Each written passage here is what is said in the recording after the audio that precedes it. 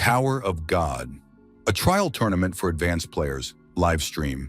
The boss has only half its HP left. What an awesome skill combo. The guy told everyone to be quiet.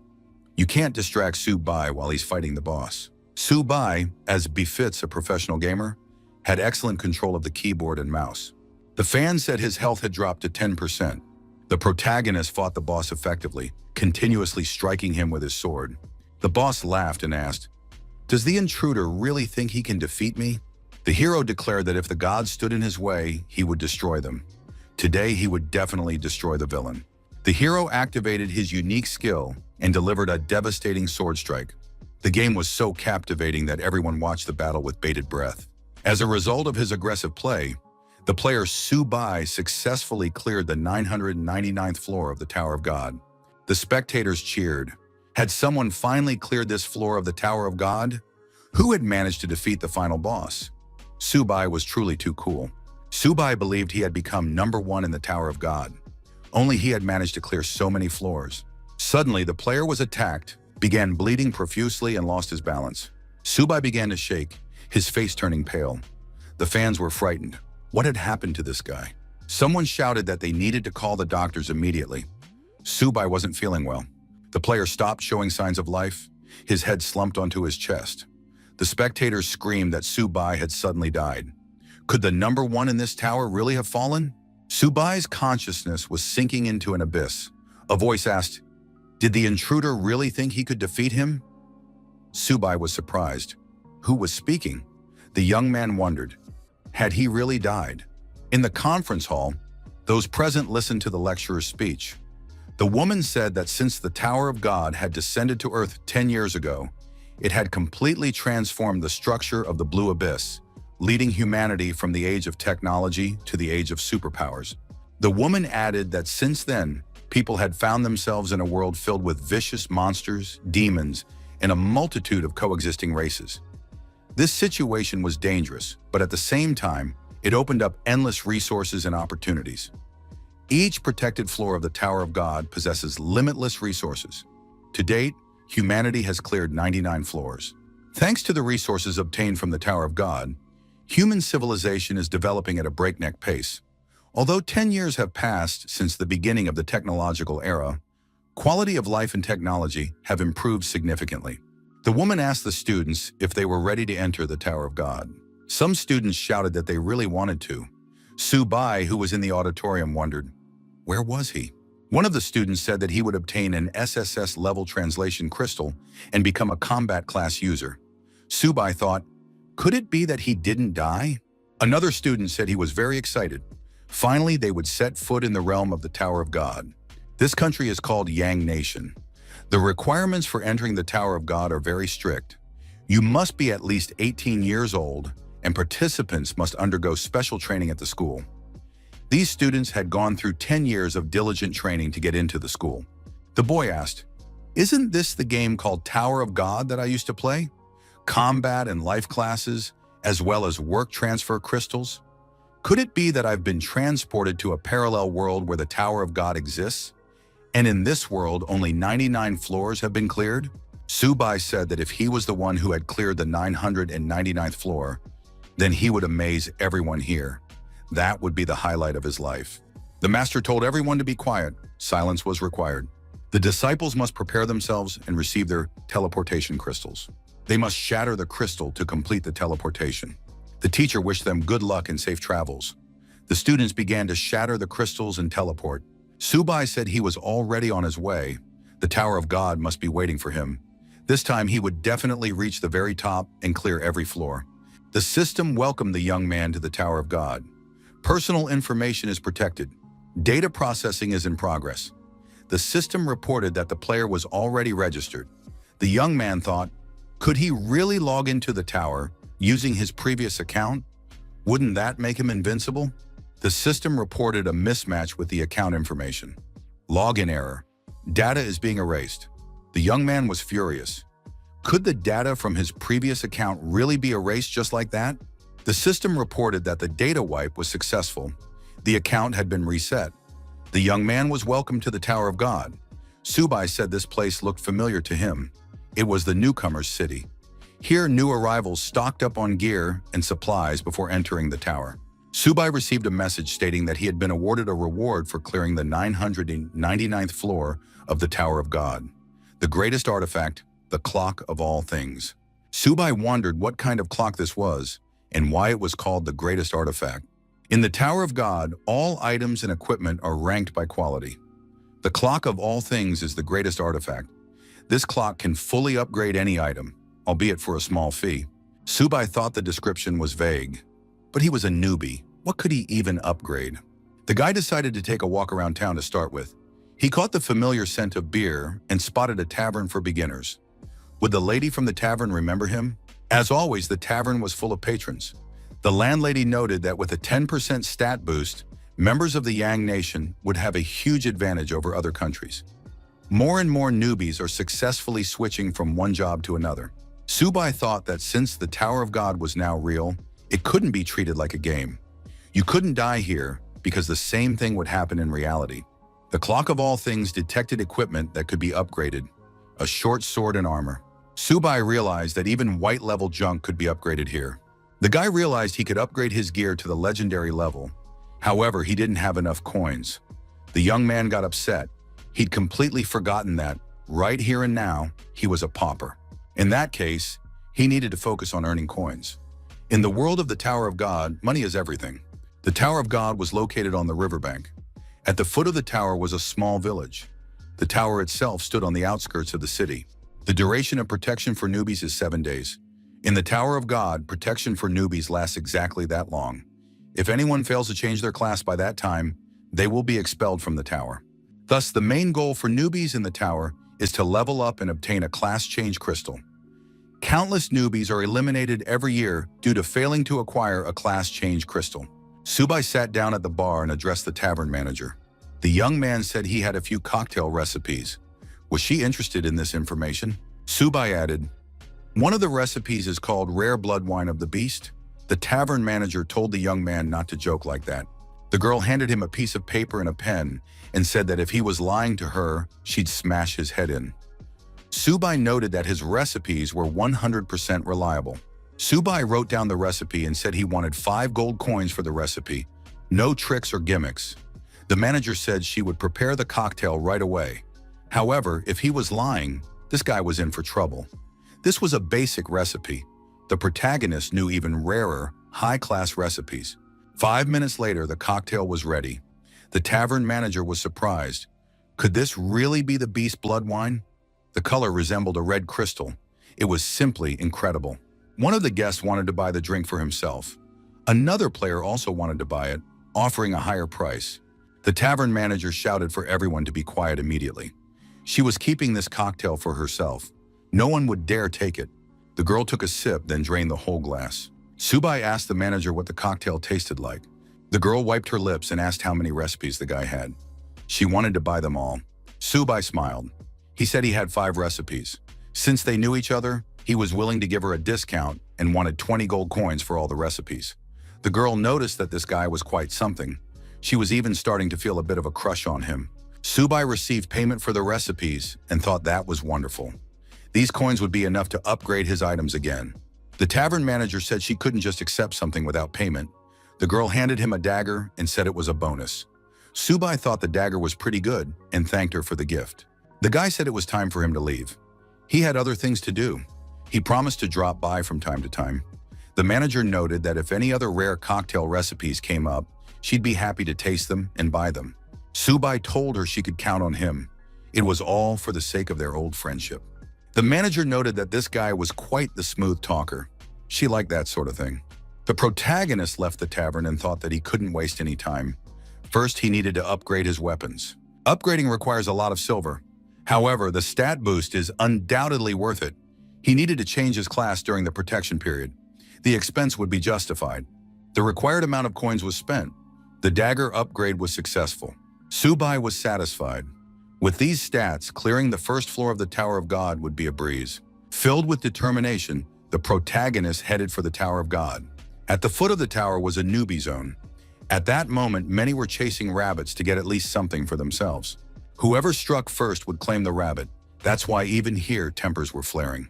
Subai wondered, Why were so many players chasing after a single wild rabbit? It was such a cutie. How could anyone even want to kill it? Our hero understood that wild rabbits yielded little experience. You'd barely get a copper coin. One of the players shouted for Subai not to go there, since it was an unprotected zone. It could be dangerous. The protagonist turned around and asked, "What kind of danger is that?" At that moment, a level 1 flying snake appeared behind the young man. The player shouted for Subai to take cover immediately. He needed to get back quickly to avoid danger. Subai replied that he wasn't afraid of a tiny flying snake. The boy pulled out a dagger and immediately sliced the snake into many small pieces. The players were surprised. What just happened? In just a moment, Subai had destroyed the flying snake. A player approached the protagonist and asked how he'd done it.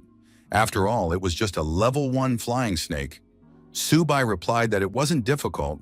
It took him only a moment. The guy reminded him to be careful. He shouldn't go that way, because if a flying snake bit him, he could die instantly, especially given their terrible gear and low stats.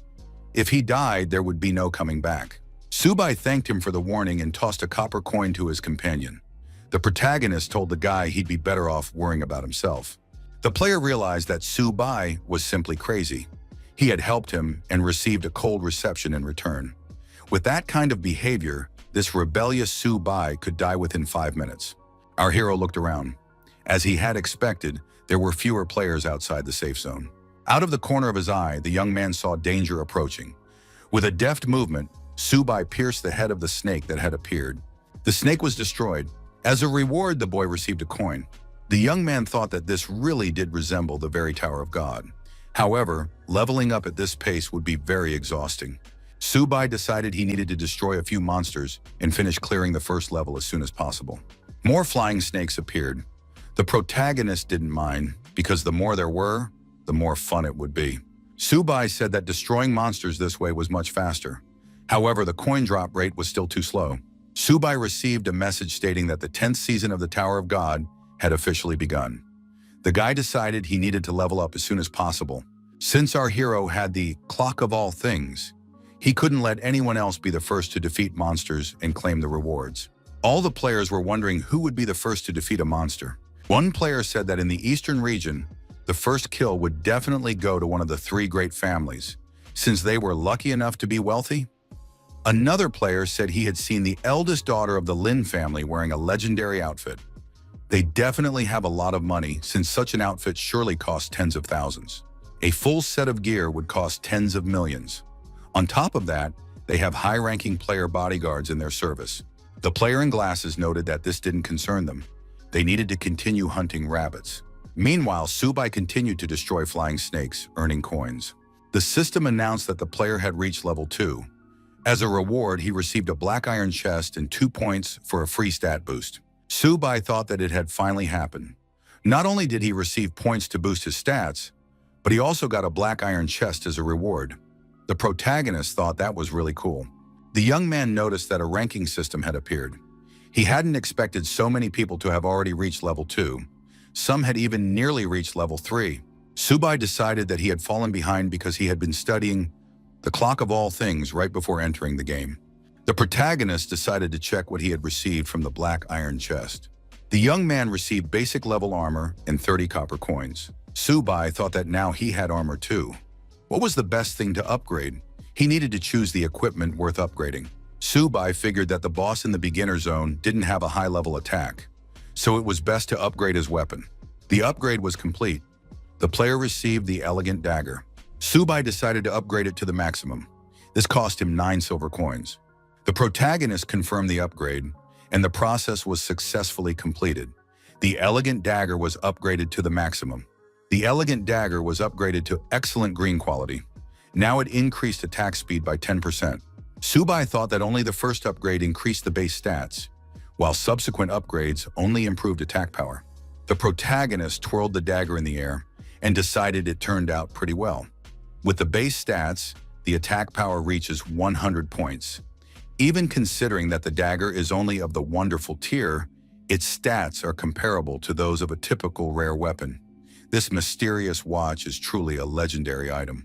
The young man decided that with this tool, it was time for him to enter the first floor of the Tower of God.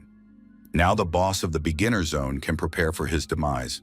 The boss of the beginner zone respawns only 10 times on the first day. Whoever defeats him will earn the right to enter the first floor of the Tower of God. Given the team's total attack power, only a limited number of participants can enter the tower on the first day. The participant who lands the first kill will most likely be among them. Subi looked around and surmised that he had reached the very spot. However, the young man heard the sounds of battle and grew frightened. Could someone have managed to get past him? He quickly ran toward the sounds. He wanted to be the first to defeat the monster. A group of players had attacked the armed monsters. They had to hurry because the number of goblins was constantly growing. Subai, peeking out from behind a rock, wondered, what kind of wealth is this? Could they have bought all of this? All their gear was, at the very least, of a remarkable level.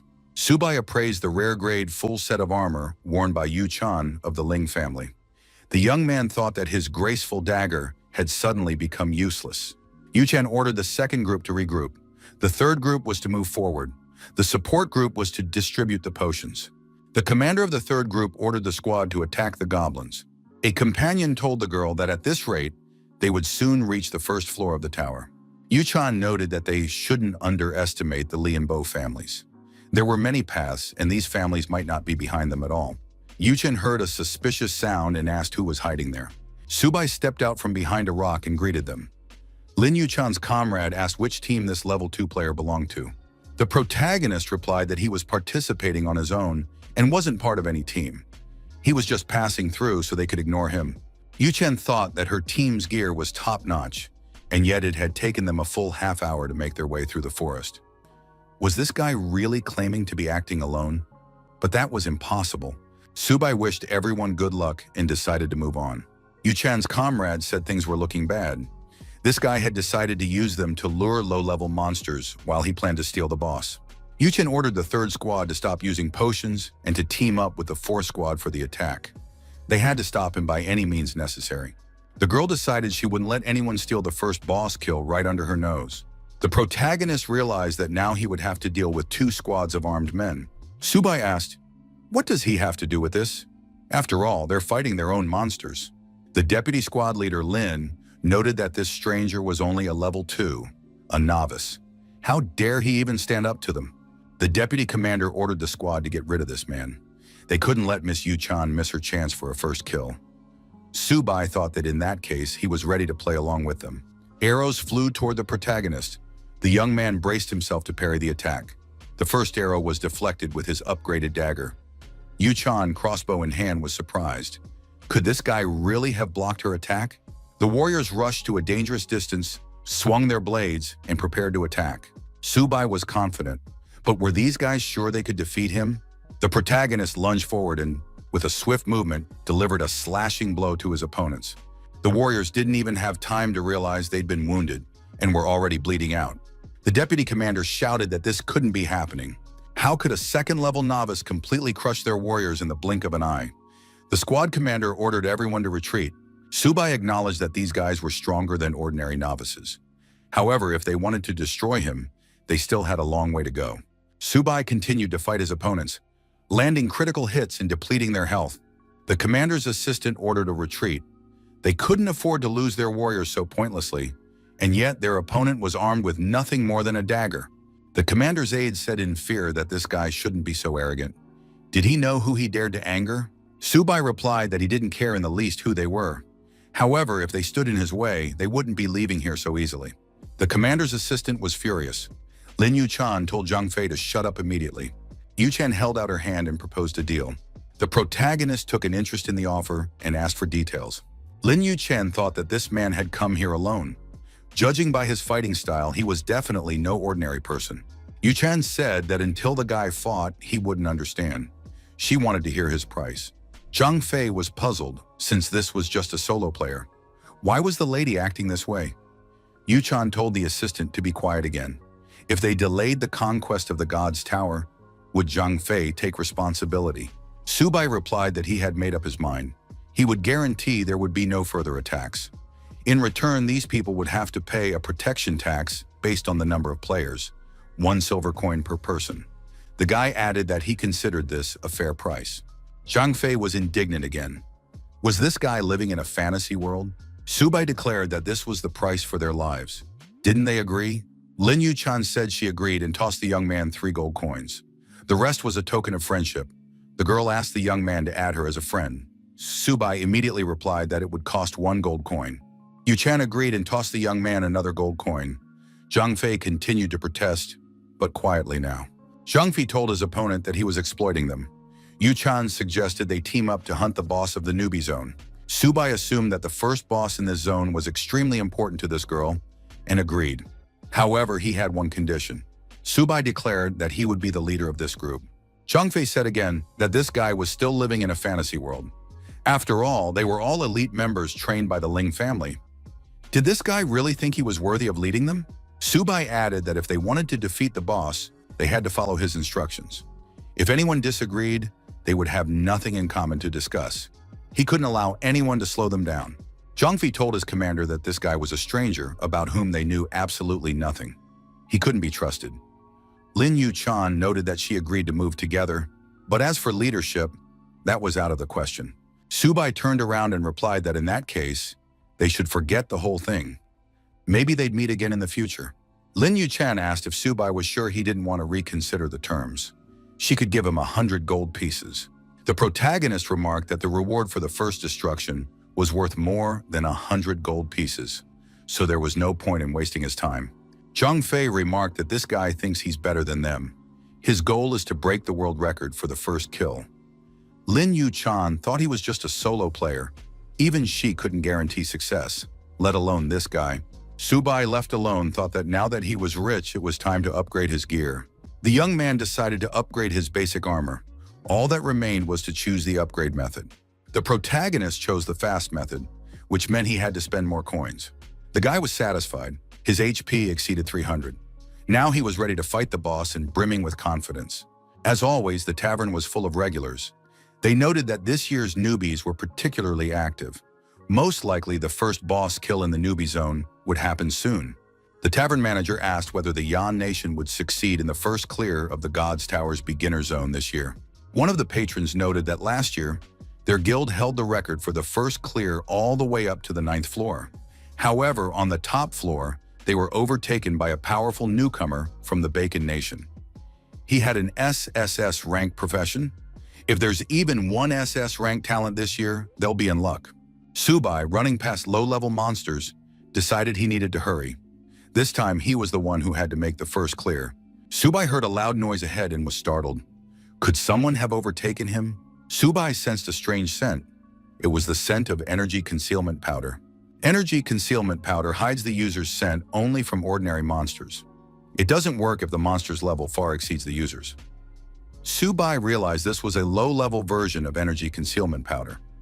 Lately, there had been a lot of rich people around, since this powder cost millions. On their way to the boss, a group of players was fighting the monsters blocking their path. Subai joined the fight. Fortunately for our hero, these players hadn't reached the boss yet. Otherwise, he would have had to wait a whole hour for him to respawn. One of the players asked Brother Wang if they should stop the newly arrived player. Wang replied that it wasn't worth it. He was just a lone player. This was Wang Zixi, the legitimate son of the Wang family, one of the 3 great families of the eastern region. Li Weijun, the legitimate daughter of the Li family, one of the 3 great families of the eastern region, said that this guy was a fool who didn't know his place. How dare he hunt for something that didn't belong to him? The players were surprised. Was this guy really going to attack the boss? Subai, leaving the fighters behind, approached the boss and threw a dagger at him. The boss was struck in the chest by the dagger, growled menacingly, and rose from his seat. It was the Goblin King. Subai said that the boss could attack. A player asked Wang Zixi what they should do. Should they follow this guy and steal the boss? Zixi replied that this guy wasn't a threat since he was solo. The boss would crush him in a second. Li Yuezhan added that he was just trash who didn't value his own life. The boss swung his club, but Subai managed to dodge to the side. The protagonist noted that he had come back specifically to deal with this monster. The Goblin King roared loudly as he hadn't expected his opponent to dodge his blow. Subai told the Goblin King to prepare for his demise. His screams wouldn't change a thing. Our hero landed a critical hit that reduced the boss's HP, after which the young man dodged and leaped aside. The Goblin King began to bleed out. Subai ran back to a safe distance. The boss attacked again. Subai dodged to the side once more. Our hero remarked that this monster moves too slowly and predictably. The player landed another critical hit. The protagonist knew the Goblin King's weak spots: the chest, lower back, and eyes. Li Yujian was surprised. Could this guy really have dodged several of the boss's attacks? Wang Zixi remarked that it was simply impossible. Yujian asked Zixi what was wrong here. Where did this newbie get such kiting skills? On top of that, all his hits were critical. Li Yujin thought that kiting was a technique even pros struggled to master. Yujin asked Zixi what they should do. Maybe they should take him out right now? Wang Zixi replied that they shouldn't rush. No matter how strong he was, he wouldn't take down the boss in a second. They needed to wait a little. They would be like mantises stealing a cicada until a sparrow swooped in from behind. When this guy fell, they would strike. Su Bai landed another critical hit on the boss. The guy said that finishing him off would be as easy as chopping vegetables. The monster continued to growl and act extremely aggressively. The protagonist remained completely calm. Su Bai said that the boss's screams wouldn't save him. Another critical hit was landed. The monster raised its arms and roared even louder. Su Bai was surprised. Had the boss decided to call for backup? The group of players suddenly found themselves surrounded. Goblins were approaching from all sides. Wang Zixi wondered how this had even happened. A player stated that they had almost cleared the entire area, and suddenly this happened. Zixi was baffled by what was going on here.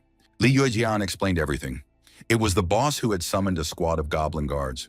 Wang Zixi ordered his squad to switch to an offensive strategy and break out of the encirclement. The players decided to maintain formation and follow Commander Wang Zixi's orders to the letter. Li Yuijin, bow in hand, said that these endless waves of goblin guards were the work of that scoundrel. Wang Zixi ordered everyone to focus and clear a path for him at all costs. The commander's assistant told Wang Zixi to hang in there. They would get him to the boss no matter what. The assistant told the leader that they would succeed. They just needed to hold on a little longer. Wang Zixi saw the boss's HP rapidly decreasing, but he believed he still had time. Su Bai looked at his rival and thought that this guy had planned to intervene at the last moment. He's very naive. Su Bai saw a mid-tier scroll in Wang Zixi's hands and thought he was very rich. However, he wouldn't be able to steal the kill from him anyway. Zixi threw the scroll forward and told the guy to disappear right there, along with everyone else. The mid-rank magic spell Fire Explosion technique was activated. A powerful explosion occurred. Everything at the epicenter of the explosion vanished in a cloud of smoke. The players decided that their leader had succeeded. Li Yujian remarked that Zixi had been simply magnificent. Wang Zixi thought something was off. Why wasn't there a system notification? The notification appeared. The Goblin King in the eastern newbie village had been defeated by the player Su Bai. We can continue in the same vein. Li Yujian said that couldn't be true. When the smoke cleared, Wang Zixi noticed that this newbie was standing on the body of the defeated Goblin King. Zixi couldn't help but ask how this guy had taken down the boss all by himself. Su Bai replied that they were a bunch of real fools. Didn't they know that critical hit stack? He'd been hitting weak spots, building up damage, and finished off the last 5% with a single blow. Our hero could have actually finished off the boss when it was still at 20%. However, he waited until Wang Zixi used up his scroll and only then delivered the final blow. Su Bai admitted that Zixi had thrown thousands of gold coins down the drain. It hurts just to think about it. Our hero simply wanted to teach these arrogant nobles a lesson. They were wrong to think that money gave them the right to trample on others. Now this party can wait for the boss to respawn. A system notification also appeared in the tavern. The Goblin King in the eastern newbie village had been defeated by the player Su Bai. The players were surprised. Could there really be a Su family in the east? A tavern patron was surprised. For the first time, the first kill hadn't gone to any of the top 3 families. Since this guy had claimed the first kill, he was definitely no ordinary player. Could he be a hidden heir of a powerful clan? The girl checked the information and was surprised. Could it really be Su Bai? But how could he have bypassed the top families? The young man suggested that it was just a namesake. Li Yuchan and Zhang Fei also said that was impossible. Yuchan ordered her soldiers to move immediately to the assembly point. Li Yujian asked Wang Zixi what they should do now. Zixi replied that they should rest, regroup, and storm the next boss again in an hour. Lin Yuchan emerged from the portal with her men and asked, "Is Zixi really going to take down the second boss without her permission?" The first player in the Eastern Zone to defeat the Goblin King earns the right to the Tower of God trial and 11 silver chests. The system announced that Subai had entered the top 100 players on the entire server. As a result, he receives another silver chest. The protagonist decided that before entering the tower, he would first open the chest in search of something rare. Subai obtained a pair of rare one-step boots and 10 silver coins from the silver chest. He also received 10 small experience potions and 38 silver coins. In one of the chests, the protagonist found rare quality boots and a few potions. Subai examined the boots and concluded that they were pretty good. They increased speed, even though the level was still low. They also featured Gore-Tex technology. After the first boss defeat, the rankings for this season's Tower of God trial were published. Subai checked the rankings and realized he was in 98th place. Less than 2 hours had passed since he left the newbie village and defeated the Goblin King. The top 2 players from other zones had finished over an hour ago. Subai used a small experience potion. The young man decided he needed to speed things up and grind levels. The protagonist wondered what kind of dungeon was on the first floor of the Tower of God this season. Subai walked through the portal and found himself on the first floor of the Tower of God. Our hero realized that the Darkness dungeon was about to begin. The starting dungeons in the Tower of God are varied and full of loot, and their difficulty constantly increases. Darkness is considered a floor of medium difficulty, but it's still challenging for beginners. Subai remembered the path from last time. Forward, right, forward. Subai was pleased with himself, for he hadn't forgotten this maze. Suddenly, a monster appeared out of nowhere. It materialized at the location of the seal. From the structure of its skull and its teeth, Subai immediately determined that it was a ghoul. This monster was a level 3 and was difficult to defeat. The protagonist thought that ghouls were known for their agility and powerful attacks, so he needed to be careful and make sure he didn't get surrounded. Our hero dodged and landed a critical hit. It was a one-hit kill. Subai decided that as long as this ghoul was alone, dealing with it would be easy. The next moment, another monster appeared behind the young man. Subai didn't even think of letting his guard down. The critical strike was activated again, and the monster was destroyed in a single attack. The system announced that the player had reached level 3 and received 2 attribute points. Subai thought he had reached level 3 quickly. The protagonist saw a place in front of him with different stones. There were 2 multicolored stones leading to rooms of varying difficulty. The red one indicated a difficult route. Subai chose the red stone, because the more difficult the mission, the better the reward would be. In the kingdom of Yan, the head of the Chu dynasty guild was informed that Mr. Junxi's affairs were progressing well. Mr. Chu remarked that early progress meant nothing. Only the one who claimed the grand prize could be considered the winner. This was Zhu Wan, the founder of the Chu dynasty guild. The assistant smiled and remarked that a tiger cannot give birth to a dog. Moreover, the president had prepared everything properly, and surely the title of king would go to Mr. Junxi this year. Zhu Wan said that a true king is one who has gone through fire and water, not one who takes the title by someone else's will. Zhu Wan expressed hope that he would not be disappointed after all. Subai continued moving toward his intended goal, methodically destroying the monsters that crossed his path. The protagonist thought that less than half an hour had passed, yet the tower's gifts were still magnificent. Subai looked back and realized he had finally dealt with the monsters in this room. Before our hero could even react, several glowing squares appeared before him. The young man realized if a gray square appeared, it meant he had found a secret room. It was a pleasant surprise, though he hadn't expected a high-level room to appear. A huge number of ghouls appeared in this room, which also came as a surprise. Subai said that these monsters hadn't managed to catch him off guard. The young man used his unique skill and attacked the monsters himself. After half an hour, all the monsters were destroyed. The system announced that the player had reached level 4 and received 2 attribute points. Subai noted that he had finally leveled up. The system reported that the player had cleared the secret room perfectly. 1 gold coin was credited as a reward. The young man checked and confirmed that his stats were now balanced and he was ready to face the real boss. Subai checked and confirmed that Zhu Junxi was still the leader. Our hero assumed that no one had defeated the boss yet. The young man headed in the right direction and decided he would update the leaderboard by defeating the boss. Subai entered a huge room and looked around. The protagonist found himself in the boss room on the first floor of the Tower of God. The boss monster stood in its place, waiting for whoever would come to fight it. The boss glared menacingly at the player. His horns emitted an electromagnetic glow. Subai greeted him and said they had met again. The boss's minions immediately pounced on the uninvited guest. Subai suggested getting straight to the point and added that he didn't have much time anyway. The low-level monsters were instantly destroyed. They didn't stand a chance. Having cleared the path, the protagonist rushed toward the boss. He said he was ready to play with this monster. This time, the elite boss was a Minotaur, a level 5 monster. Subai noticed that this boss was just as tough and unapproachable. The Minotaur rose from his spot, activated his weapon, and roared loudly. The winged monsters also prepared to attack the player. Subai realized that things were about to get interesting. The Minotaur swung his axe, and Subai decided to use a charged strike. The monster missed, and his axe plunged into the floor. The player lunged forward and closed in on the monster's body. Our hero landed a critical hit, plunging his dagger into the monster's neck. The boss screamed loudly in pain. Subai said that the monsters shouldn't get their hopes up.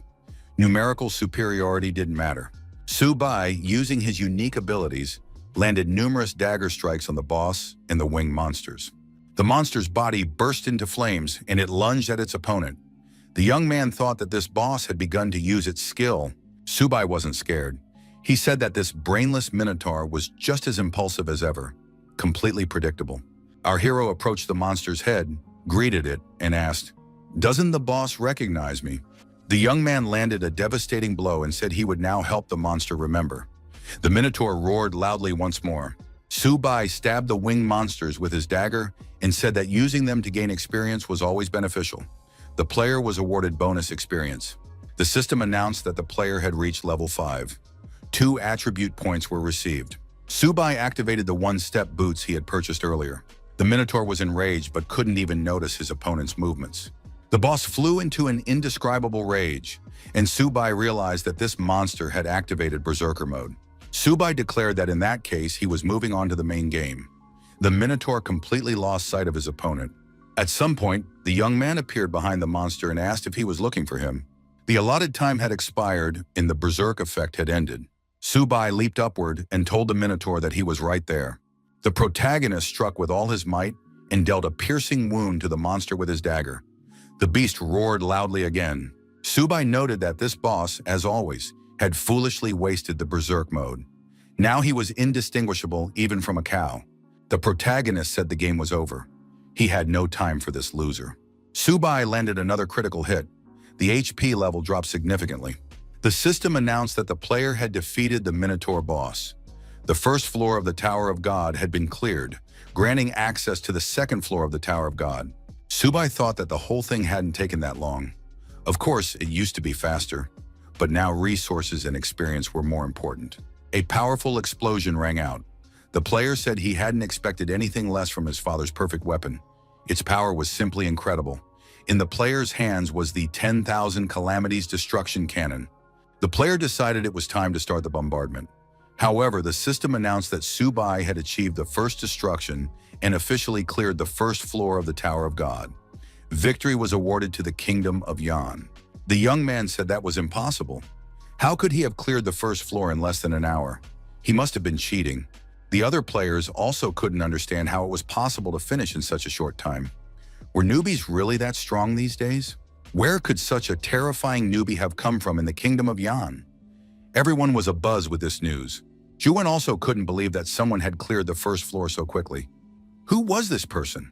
The assistant said that the young master Jun Shi had also done very well. He had almost broken the speed record. Ju Wan shouted that it didn't matter, because he had lost anyway. The assistant pointed out that there were still 9 floors left in the Tower of God. If young master Jun Ji finished the translation first, he would have a chance to catch up and claim the title of Rookie of the Year. Ju Wan ordered an investigation into who this person was who had broken the record. Lan Yuchan also received the new information and realized she had underestimated that guy.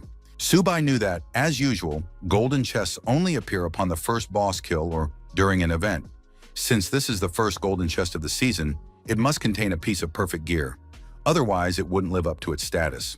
Subai received a perfect weapon, the Golden Hoe. Our hero was delighted, as he knew this item would be very useful to him in the game. The young man also received a beginner's experience orb. It would level him up. The system reported that the player had used the beginner's experience orb. Our hero leveled up and thought it was time to upgrade his equipment. The guy spent more coins so the upgrade would happen instantly. The protagonist was satisfied, as many of his stats had improved at once. Subai felt a wonderful sensation. The young man held the entrance ticket in his hands. The time had almost come. Subai headed to the second floor of the Tower of God. Subai set a small goal for himself, to clear the first 10 floors in 24 hours. The Naka Desert, this was where the protagonist emerged from the portal. His progress in the trial was at 0. Subai looked around and realized that the second floor was the Naka Desert.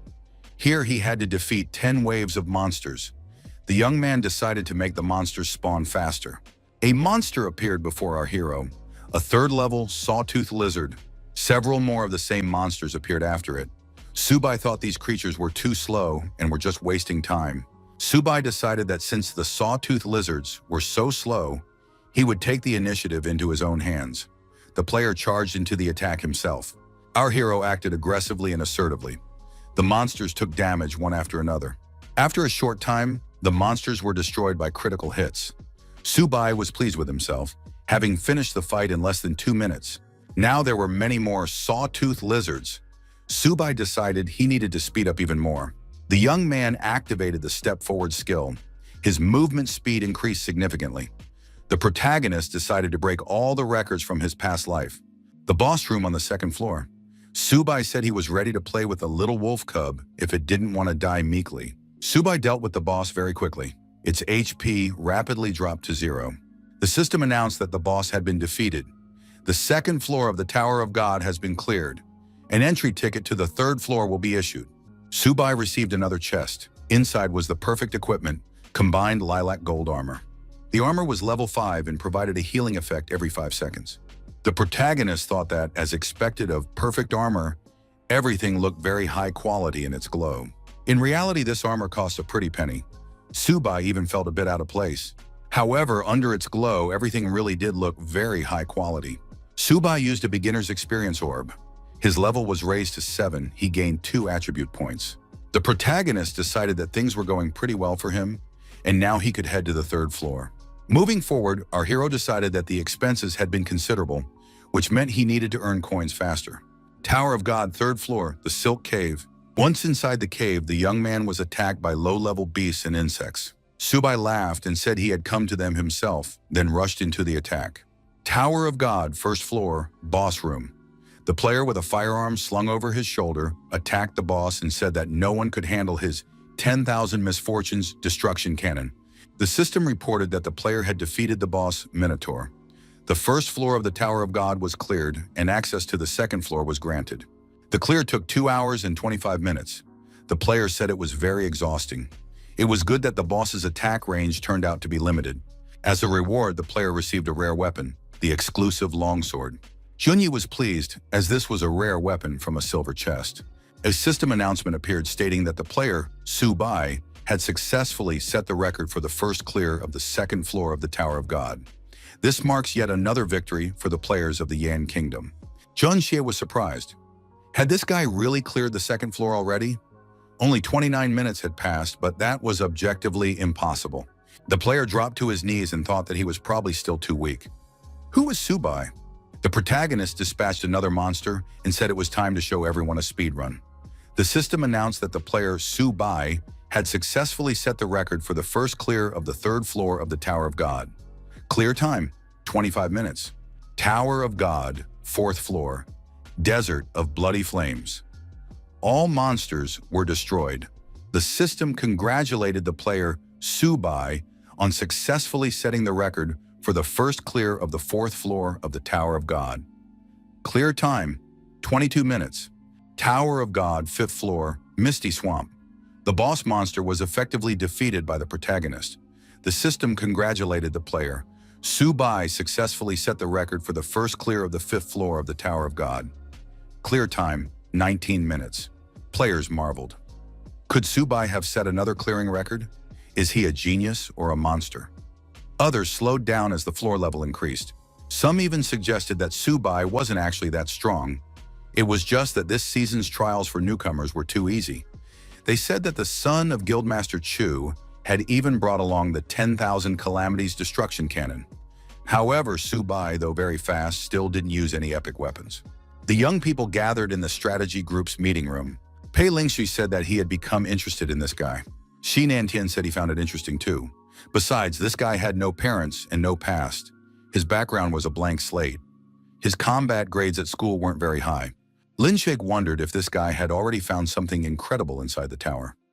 Nantian pointed out that even for them, the strategic group, the drop rate for epic weapons was very low, only 10 copies for the entire Yan Kingdom.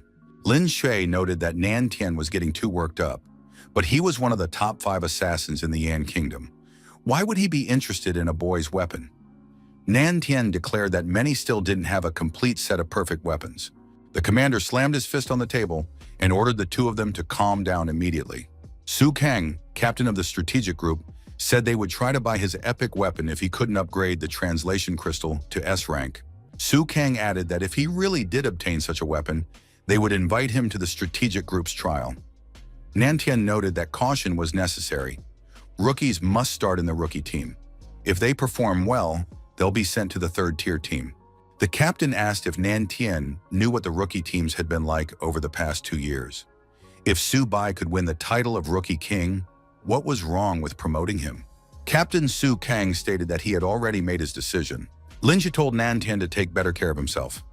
If he still couldn't achieve his second transformation within a month, he might end up getting demoted to the second-tier team. Su Bai decided to check his tactical and technical stats. The young man was satisfied. Each level up grants 8 random stats. However, upgrading his weapon constantly drains his energy. The protagonist figured that each upgrade would now cost about 13 gold coins. With the funds he currently had, he couldn't buy much. Clearing the 10th floor would yield 500 gold coins. If he earned the title of Rookie King, another 200 coins would be added. The young man was terrified. Where on earth would he get that much money? The protagonist was depressed. Subi suddenly remembered something. He carefully reread some of the messages he'd received from Lin Yu-chan.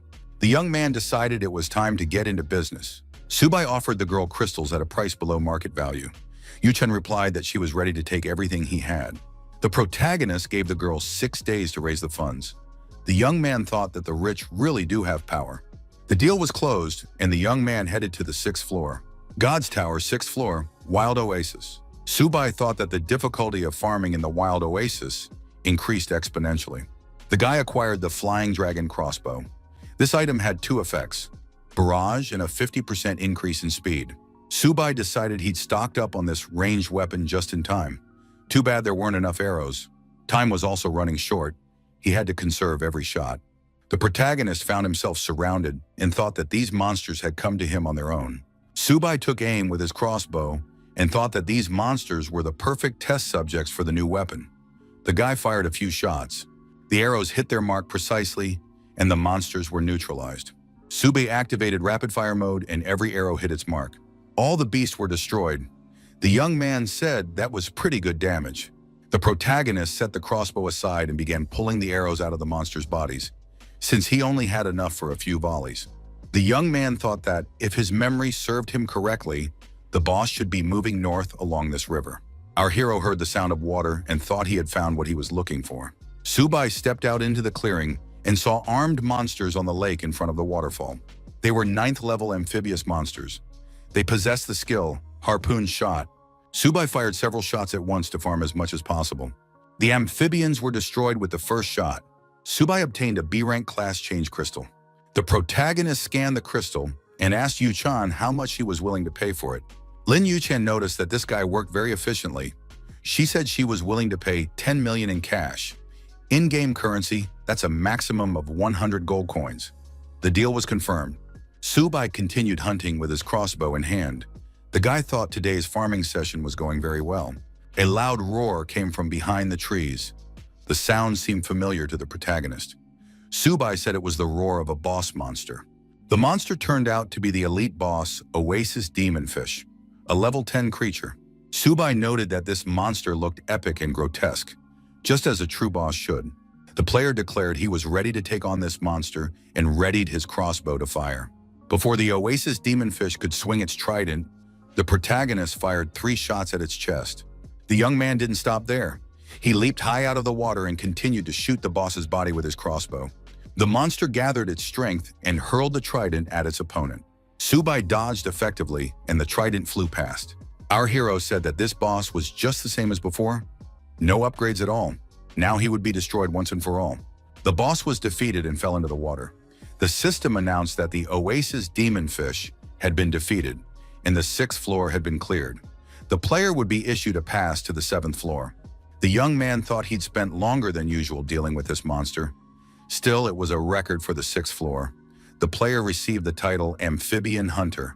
As a reward, the protagonist received 5 silver chests. The items in the chests weren't of the highest quality, but they were better than nothing.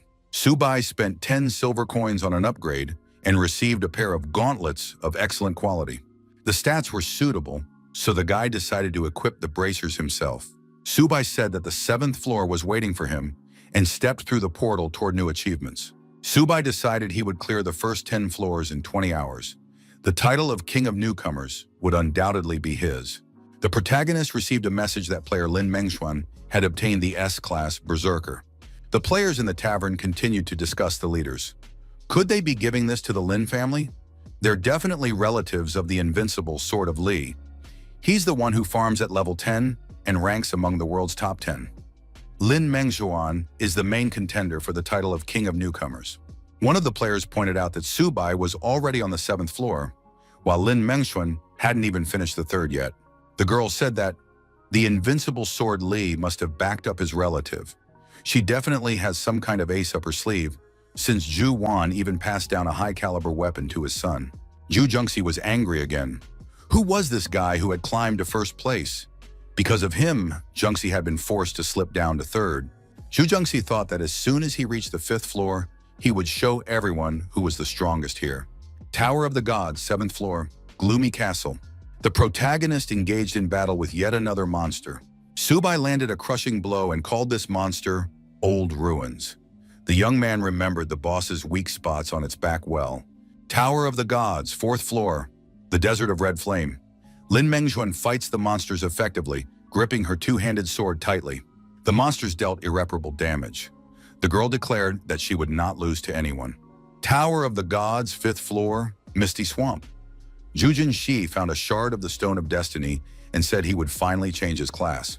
The system announced that the player had obtained an SS rank class change crystal. The class was successfully changed to Mechanic. Tower of the Gods, 8th floor, Abyss of Suffering. Subai moved forward again, initiating combat with the monsters. Subai continued onward without slowing down. Meanwhile, the monsters were effectively attacked and destroyed. The protagonist thought that he had 2 more floors to go, and then he would be done. Tower of the Gods, 6th floor, Wild Oasis. Lin Mengxuan said they were taking too long on this floor and needed to speed up.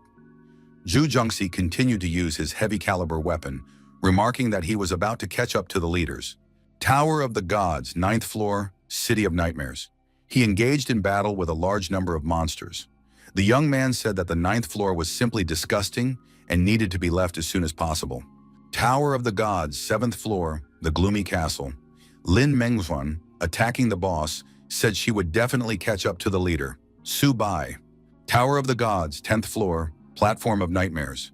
Subai bravely faced the boss one-on-one. The boss was Hemer's nightmare. The protagonist said he had finally made it this far. Only this boss stood between him and the title of King of Newcomers. Subai decided he had no time to talk with this boss and rushed into the attack. The boss turned out to be aggressive and brutal. Wielding his blade, Subai declared that he was going to destroy the monster right away. The boss said that the Desecrator of Dreams would suffer punishment. The young man smirked because the boss's trick hadn't worked last time either. The boss shouted that it was impossible, for the nightmare was invincible. The system congratulated the player on a new record. The 10th floor of the tower has been cleared. Another victory for the players of the Yang Nation. Subai said that in his past life, he had cleared 999 floors, but never received this title. Finally, this gestalt is complete. The protagonist had accumulated 5 chests and decided to open them all at once in hopes of a good drop. The guy received the rare equipment, White Tiger Sword. Subai decided that this weapon suited him. He received the perfect item, Lost Treasure Map. Subai decided that this suited him as well. He also received a rare piece of equipment, the Energy Shield. The next chest contained the rare item, Stone of Radiance. This stone hides the glow of equipment because there's no need for unnecessary attention. Subai also received the perfect piece of gear, Fire Dragon Gloves. Subai thought the shield was useless to him, but the gloves were simply magnificent. In terms of stats, they were almost epic. The guy slammed his fist into the ground and a shockwave spread out in all directions. Subai declared that the effect looked very cool. He checked his tactical and technical data once more and thought that with stats like these, he could wipe out everything in sight. All that was left was to open the 30 silver chests and put their contents up for sale. The system announced that player Subai was the first in Season 10 to clear the 10th floor of the tower and had earned the title King of Newcomers. As a reward, he was given a random SSS rank class change crystal.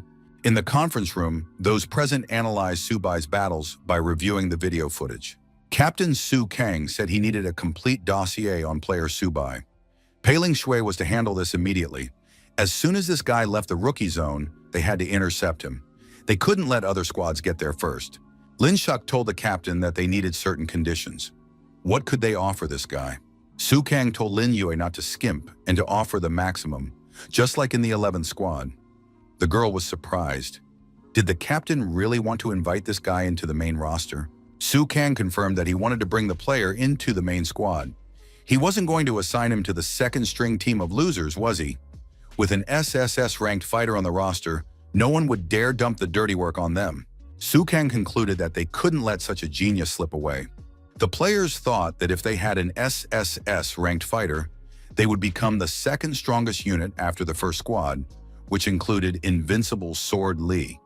In that case, their status would skyrocket. Pei Shug said she understood everything and would immediately begin carrying out the order. The girl thought the captain was right. She really wanted to show those upstarts from the 5th and 6th squads who was the strongest. In the tavern for newbies, they continued to watch the events unfold. The players noted that Subai still hadn't changed classes. How had he managed to achieve such results without changing classes? His strength was simply terrifying. The tavern door burst open with a crash. A man with a sack on his shoulder appeared in the doorway. The patrons were outraged. Who dared to burst in so brazenly? Did he really want to die? Subai stood in the doorway with the sack on his back. The young man headed straight for the tavern manager. The patrons decided this guy had lost his mind. The landlady would surely destroy him right then and there. She had a history of eliminating anyone who tried to hit on her like that, on the spot, without mercy. The girl said this guy turned out to be pretty quick on his feet. The quick-witted guy ordered a cocktail called Meteor Shower. The girl declared that it was her signature recipe. The patrons were surprised. Who is this guy? Why isn't the owner even angry? He nearly broke the door and she put up with it all. The tavern manager looked at the size of the bag and said the guy had a decent catch. The young man noted that this wasn't surprising. She was of the beast folk race after all. She'd even sensed that. The girl noted that flattery wouldn't help him get a lower price. She wanted 1 gold coin per glass and warned that she didn't serve on credit. The player downed the Starfall cocktail in 1 gulp. The girl noted that the guy had just swallowed the drink since he hadn't even tasted it. Subai stretched and told Sister Dana not to worry. He wanted a room on the 2nd floor because he was very tired and needed some rest. Another person entered the tavern. The patrons noticed that it was Lin Yu-chan. Accompanied by her attendants, the girl stopped in the middle of the hall and thought, it was a good thing she'd stopped in time back then and hadn't argued with that guy. Otherwise, it could have ended badly. Subai said that since Yu-chan had already arrived, she could go ahead and inspect the goods. Lin Yu-chan looked at the size of the sack and was surprised. Could there really be so much in it? The young people moved to the VIP room on the 2nd floor of the tavern. Subai emptied the contents of the bag onto the table. Those present were surprised. Could this really be a spatial bag? How many crystals could it hold? Lin Yu-chan's eyes lit up. The girl immediately began counting the crystals and recording all the information in her planner. The protagonist stated that he had another S-rank crystal. Would Yu-chan take that one too? The girl's eyes widened. Subai added that if she wanted this crystal, she could name her price. It was an S-rank class change crystal for Magical Scholar. Yu-chan thought she absolutely had to get her hands on this crystal and asked in return. How much did the young man want for it?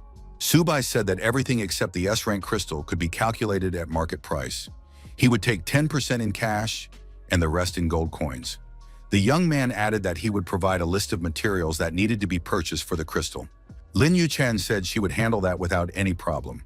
Purchasing was her specialty. Subai handed over the list, and the girl told her assistant to start the purchases right away. The protagonist moved on to the topic of the S crystal. How much was Yu-chan willing to offer for it? After a moment's thought, the girl replied that she was willing to pay 2 billion in cash. Subai was terribly surprised. Could this crystal really be that expensive? Yu-chan noted that S-rank crystals were goods that couldn't be bought, even with money. 2 billion was actually a bargain. In addition to 200,000 gold coins for the exchange, she promised to gift a mansion in Lingfeng City inside the tower. The assistants were surprised because in this city, real estate isn't sold to ordinary people even for money. This is the first city after passing through the tower. Subai thought that this house was worth no less than 2 billion. The girl adopted a wait-and-see attitude. The protagonist said he agreed and wouldn't haggle this time. He was ready to accept payment in a week. Yu-chan agreed and suggested signing the contract right away. The girl prepared a quill, ink, and a letterhead with the contract. Subai signed his name. The young people sealed the contract with a handshake and told each other that they were pleased to do business. The girl got the crystal and beamed with happiness. Subai asked if she had anything else to say. Yu-chan added that the whole world knew. Subai had mined an SSS rank crystal. If he wanted to join the Ling Corporation, they would always be happy to have him. The protagonist replied that he would decide on that later. At this stage, he had no plans to change classes. Lin Yu-chan asked why. Wasn't he afraid someone would try to take it away from him? Subai replied that there was no need to worry about that. He had his own plans. The young man waved his hand and said he was tired and wanted to rest. The guests had never seen Miss Lin be so polite before. Could this guy really be Subai? Most likely it was someone else, since Subai had cleared 10 floors. He wouldn't be walking around in a newbie's outfit. The players did indeed recognize this guy as the one who had cleared 10 floors. It was strange that he was wearing such clothes. He was probably just hiding his identity to avoid publicity. Dana thought that because of this, Subai had brought her entire business to a standstill. She definitely needed to deal with him. The tavern manager opened the door to the room and saw a young man sleeping on the sofa, fully clothed. Dana entered the room and thought the guy had hidden here from prying eyes. The tavern manager nudged the young man with her foot and told him to wake up. Subi rubbed his eyes and asked how Dana had ended up there. The girl leaned in and said that because of this guy, her entire business had come to a standstill. Either he would solve this problem right now, or she would solve the problem with him. Subai pulled gold coins out of his pockets. The guy tossed the coins in front of the girl and asked if that would be enough to settle the matter. Dana took the coins and said that, of course, it would be enough. She would handle the problem herself. Subai warned Dana to avoid bloodshed. The girl replied that she wasn't some kind of maniac. The protagonist said he had a business proposal for the tavern owner. Dana asked, does this guy really want to offer another cocktail recipe? How many more recipes does he have up his sleeve? Subai took a crystal out of his pocket and showed it to the girl. Dana declared that this guy was a real monster.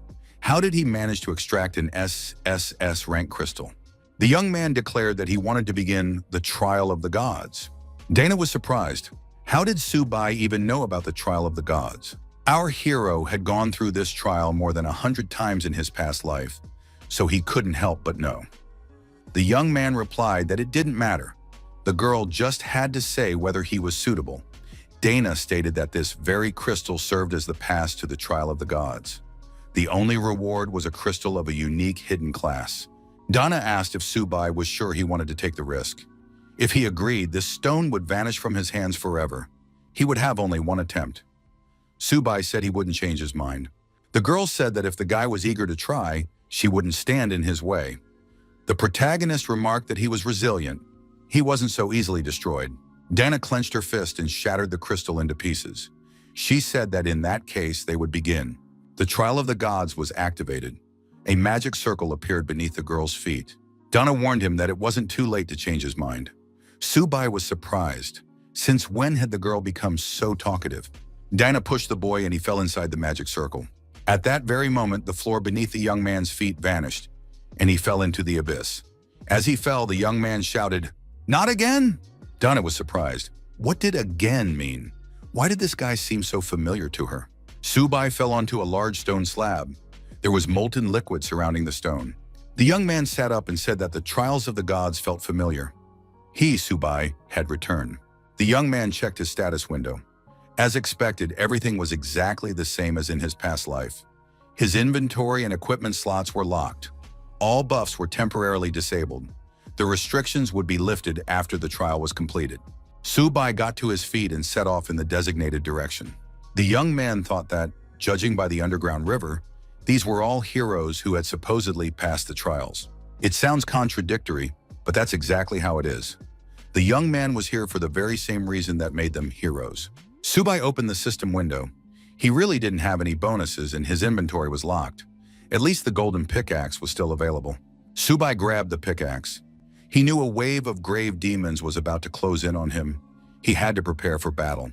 The protagonist's current stats were higher than when he had gone through this in his past life. If he lost now, it would be a real disgrace. The arena was small, he couldn't fall into the lava. Elite type level 10 grave demons emerged from the darkness and prepared to attack the stranger.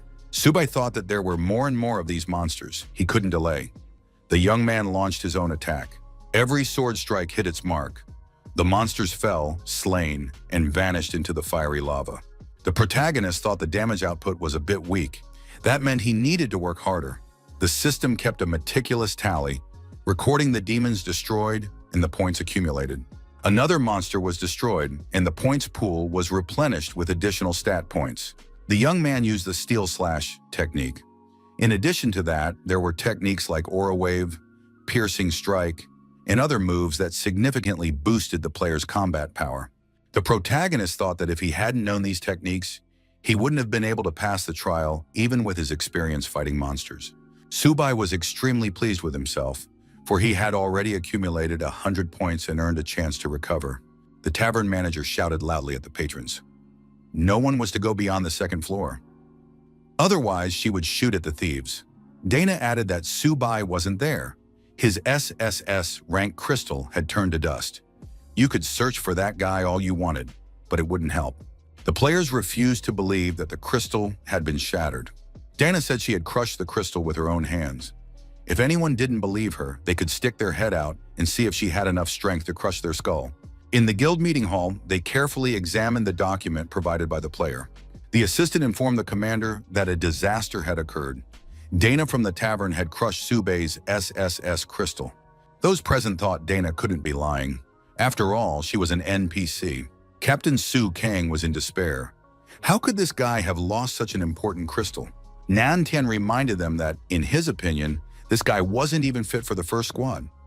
Now it was clear he was useless. Pei Ling wondered what Nan Tian was even doing here. Nan Tian was surprised. Could it be that Ling Hui had taken a liking to this guy? The captain said that now was not the time to argue. After all, their SSS crystal had disappeared. Ling Shui pointed out that she wasn't the one who had crushed the crystal. Su Kang ordered the tower to be placed under guard. As soon as this guy leaves the newbie zone, he must be caught on the spot. Nan Tian asked why they should catch him, since they couldn't force him to make a new SSS crystal. Su Kang reminded them that this guy had broken the world speed record. That meant he had a special technique. That meant a year from now, he'd be able to make a new SSS crystal. Pei Ling Shu smiled and said that the captain was a true genius, smarter than everyone else put together. Nan Tian asked the captain what method to use on the young man. Brutal interrogation or intimidation? Su Kang was surprised. Could it be that Shi Nan Tian was some kind of thug? The captain said he would use gold. He would spend all the money in the world if necessary, but he would extract this technique from the boy. It was critically important for the future of the Yang country. The Trial of the Gods, Round 1. Subai fought monsters and offered them a taste of his blade. The system reported that the first round was complete. The young man breathed a sigh of relief. It had taken him 10 hours. The protagonist understood that this was only the first round. 9 more lay ahead. He needed to slay 1 million monsters and reach the SSS rank. So far, only 11,000 monsters had been destroyed. There was still a lot of work ahead. The system announced the start of the second round. All stats had been restored. A wave of demons was attacking again. Subai thought he could continue now that his health had been restored. The end of the beginner period was approaching. He needed to speed up. Insect monsters appeared out of nowhere. The young man thought that if they stung him, he might start bleeding. The battle would be troublesome, but he had no choice. Subai activated his weapon swap. A basic quality spiked whip appeared in the young man's hand. It was good that he could switch weapons and armor here. Although the beginner's gear was weak, it was better than just a blade. Swinging the whip, the young man began to deal with the flying monsters more effectively. The protagonist decided that at this stage, the whip was perfect for him. These demons are poisonous and fast, but their defense is weak and they have little health. The Aura Wave Unleashed skill was activated. Over the course of 12 hours, a total of more than 250,000 insect monsters were destroyed. After a while, the young man breathed a sigh of relief. All the monsters had been destroyed. Subai changed weapons again. A spear appeared in his hand. The protagonist thought he had performed well at this level. The number of demons destroyed matched the stated goal. Subai decided to continue. The recovery process was initiated. The third round was reached and all stats were restored. A wave of magic goblins was approaching. Subai activated his weapon swap. A bow appeared in his hand. The protagonist realized that the magic goblins would attack from a distance. A short bow was ideal. He could fire arrows indiscriminately. The goblins lined up in a staggered formation and prepared for a ranged attack. Subai began firing arrows with precision. The monsters tried to retreat, but the protagonist's arrows caught up with them. Subai noted that when it came to speed, he was always up to the task and feared no one. Subai dodged the goblins' attacks thanks to his teleportation skill. Tower of the Gods, 10th floor, Platform of Nightmares. Lin Mengshuan is effectively dealing with the monster. The system congratulated the player on clearing the 10th floor of the tower. The completion time was 40 hours. The girl realized she had only come in second place. Because of this, she had some questions for Subai. The 6th day of the rookie trials. Downtown. Players and other townspeople listened intently to the news report. The players said that history was repeating itself. In the past 2 years, the city of Yang had started off strong, but fizzled out by the finish. Everyone was curious about where Subai was right now. At the tavern, Lin Yuchan and her assistant Zhang Fei were happily eating local pastries. The assistant asked why the lady had declined the invitation from Lin Mengshuan and Zhu Junxiu. Zhang Fei added that she shouldn't pass up such an opportunity for Subai's sake. If she joined forces with them, the Lin clan of East City could rise to a whole new level. Yu Chan asked if Zhang Fei had prepared what she'd asked for last. After all, today was the last day.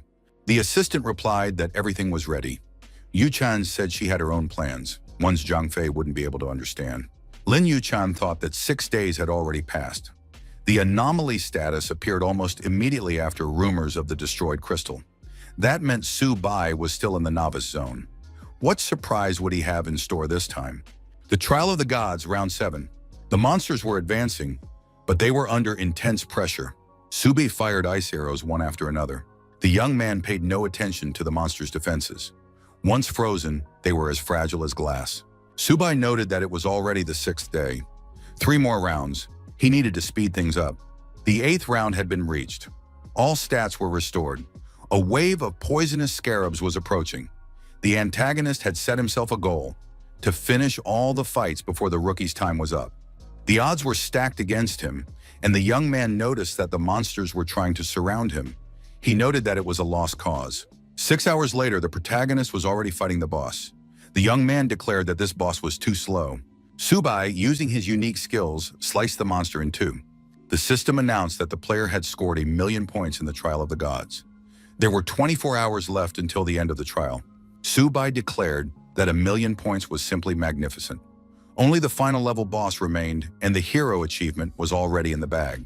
Our hero approached the site of the final battle and told the boss to come out and fight him. The monster was the Red Lotus Demon, the Demon King, a level 10 boss. The protagonist saw the monster and said he recognized it. The monster swung its weapon and shouted that this man would now be destroyed. Subai jumped aside and thought that this monster was just as troublesome as ever, a true Demon King. The protagonist thought that with a defense of 2,000 points, he wouldn't be able to deal any damage to this monster at all. So he had to wait for that one moment when he could break through its defense. The monster attacked the young man, and Subai kept shifting his position to dodge the blow. The young man thought he'd played this game many times in his past life. Our hero used the cat's claw to achieve his goal. He said that this time would be much more fun. Subai was standing on a huge flying rock. The Demon King, flapping his wings, waited for his opponent to approach. The young man suggested the monster try some lava and approach the Demon King to strike. The monster screamed that he would tear this man to pieces, but the protagonist wasn't scared and kept getting closer to his opponent. Subai promised to avenge all the heroes that this Red Lotus demon had destroyed. Subai leaped high into the air and aimed 3 arrows at the monster at once. The arrows hit their mark, and the protagonist continued his all-out assault. Our hero declared that if he could break through this monster's defenses, it would be instantly destroyed. The young man switched weapons and continued his attack, using his sword. He declared that it was time to finish this monster off. The system announced that the player had passed the trial of the gods, scoring over 1,000,000 points. The requirement for obtaining the soul hidden class had been met. As soon as the points were exchanged, the hero superclass could be obtained. Subai said that this class was off the charts, higher than any SSS rank. In his past life, it was only thanks to this class that he had cleared all 999 floors. The protagonist declared that he wouldn't rush to switch. First, the young man decided to check whether the legend of the golden hoe was true. Subai threw the hoe down from the cliff. The young man knew that according to legend, this tool had the ability to copy objects. The protagonist thought the hoe had simply vanished. Now it was gone. However, the legend turned out to be true. 2 glowing orbs of different colors appeared. The system announced that the player had received a dual class, Hero and Demon King. For a moment, Subai became two-faced and was horrified by his own state. At that moment, Subai possessed the following equipment: Clock of All Things, Gloves of the Fire Dragon, Crusader's Armor of Purple Gold. Subai noticed that his stats had now increased at least 5-fold. His attack power had doubled thanks to his passives. His mana was now infinite. The protagonist declared that the senior heroes could rest easy. He could now confidently carry on their work. Lin Yu-chan decided to check her friend's list and finally saw that Subai had appeared there too. Everyone in the tavern felt the floor shake beneath their feet. Could it be an earthquake? Or was it just the rumbling from the upper floor? Dana entered the visitor's room and saw Subai. The girl asked, "Did the guy really pull it off?" The young man nodded affirmatively. Dana couldn't believe he had actually taken that very class. Dana was surprised. How was that possible? After all, the hero and the demon king weren't supposed to exist together. Subai replied that he hadn't expected anything less from the true, most powerful force. The tavern manager understood everything at a glance. Subai stretched and said it was time to stop hiding and see the world. The young man asked if Dana would like to keep him company. The girl replied that the outside world wasn't for her. The young man declared that he would return here when he missed the drinks from this tavern. The girl tossed a token to the young man and told him to take it. It could be considered a reward for passing the trial of the gods. Subai grabbed the item and said it was a generous gift. It was a concealment token. It could hide the owner's items, status, and appearance. Dana realized she simply didn't want this guy to die too soon. The tower was full of forces hostile to the Demon King. If Subai kept walking around out in the open like that, some monsters would quickly finish him off. As he vanished, our hero said he'd known it all along. Dinah was worried about him after all. The young man thanked her. The tavern manager told him to get out immediately. The city of Rome. This is the first major city after leaving the beginner's village. Here players take on quests, learn skills, and travel through city portals to the floors of the tower. Subai, looking around, said that everything here looked familiar to him. The young man thought that he had finally returned. A group of people appeared before our hero. Subai thought they had found him too quickly. Lin Yu-chan said that she had finally found him. Why had Subai been offline for so many days? Yu-chan invited our hero to come inside and make himself comfortable. Subai replied that he wouldn't say no. The guy thought that the Lin family didn't skimp on anything. They had opened a luxurious private club right in the center of Rome. Subai told the girl she could count it. He had found almost everything on the list. Yu-chan noted that Subai worked quite quickly. The girl added that, minus the 3,000 gold spent on purchasing materials, the remaining 17,000 were here. Yu-chan asked what the guy's current class rank was. The protagonist was surprised. Why did she need to know that? Yu-chan clarified that she wasn't trying to pry into his secrets. It was just that rumors were circulating that Subai had lost his class change crystal. A lot of mud was being slung at the young man online. The protagonist was surprised. How did they know the crystal was gone? Lin Yu-chan surmised that Dana, the owner of the newbie tavern, had let slip that she had personally crushed it. Subai admitted that Dana hadn't lied. The crystal was indeed gone. Yu-chan was surprised. Why didn't the guy look upset or at least angry? Lin Yu-chan surmised that Subai was an exceptional person, a true elite. That's why he didn't care about the SSS crystal. The girl thought, if this guy is so calm, then he might have another crystal just like it. Subai replied that having just one SSS crystal wasn't a problem. The protagonist told Yu-chan to speak plainly. What does she want? The girl replied that she wanted to invite the guy to join the Lin Guild. In that case, they would farm bosses together. Subai thought it was a logical suggestion. After all, once you leave the beginner's zone, the game's difficulty spikes dramatically. Looking for allies is standard practice. The young man replied that he wasn't opposed to the idea, but he wouldn't be joining a guild. He offered to guide Yu-chan through the first 5 floors. The group needed 5 mages with high damage output. Lin Yu-chan was surprised. After all, usually a raid of 20 people is assembled to clear a floor. Was Subai sure that the 5 of them could handle it? The protagonist said she didn't have to believe him. The reward for records was smaller anyway than for a first kill. He wasn't particularly interested in that. Yu-chan said she wasn't refusing. She was just surprised. The girl asked when they could start, and she also wondered if they could add the Lin Guild prefix to the group's name. Subai replied that he didn't care either way. They'd start tomorrow because he still had things to do today. Zhongfei's assistant pointed out that this guy doesn't have an SSS crystal. Does the lady really believe he can lead them to a record? He looks like a total con artist. Yu-chan pointed out that as a rookie, he had single-handedly taken down 4 people like Zhongfei. If they had gone all the way back then and become enemies, they would have been stuck in the rookie zone forever. Yu-chan ordered her assistant to find 4 B-rank mages. Zhongfei harbored a personal grudge against the protagonist and decided he would destroy this guy. The city lord's residence. Subai heads straight for the central gate. A passerby asked, "Has this guy really had enough of living?" Subai received information that Wu Cai was standing before him. The protagonist asked, "Why is this guy blocking my path?" Wu Cai stated that one cannot break into the residence. The guards would spear him in a second. Our hero confided in his companion that he knew the only way to get inside. He had to become strong enough. The guard warned that the Lord was currently at the training ground. Wasei and his friends were surprised. Had this guy really managed to enter the Lord's residence? The guards led our hero to the training ground. The protagonist saw the captain of the guards training diligently. It was Orlando Mullen, a level 180 Earth mage. Next to him stood the Lord of the City of Rome, Black Rian, a level 200 great swordsman. Subai thought he was in luck. He had stumbled right into the famous training cutscene. Here one could learn rare skills for free. A guard told the hero to wait a moment. The city lord and the captain of the guards were currently sparring. The protagonist decided to take advantage of the opportunity and study all the skills on offer. He also acquired the Orlando skill.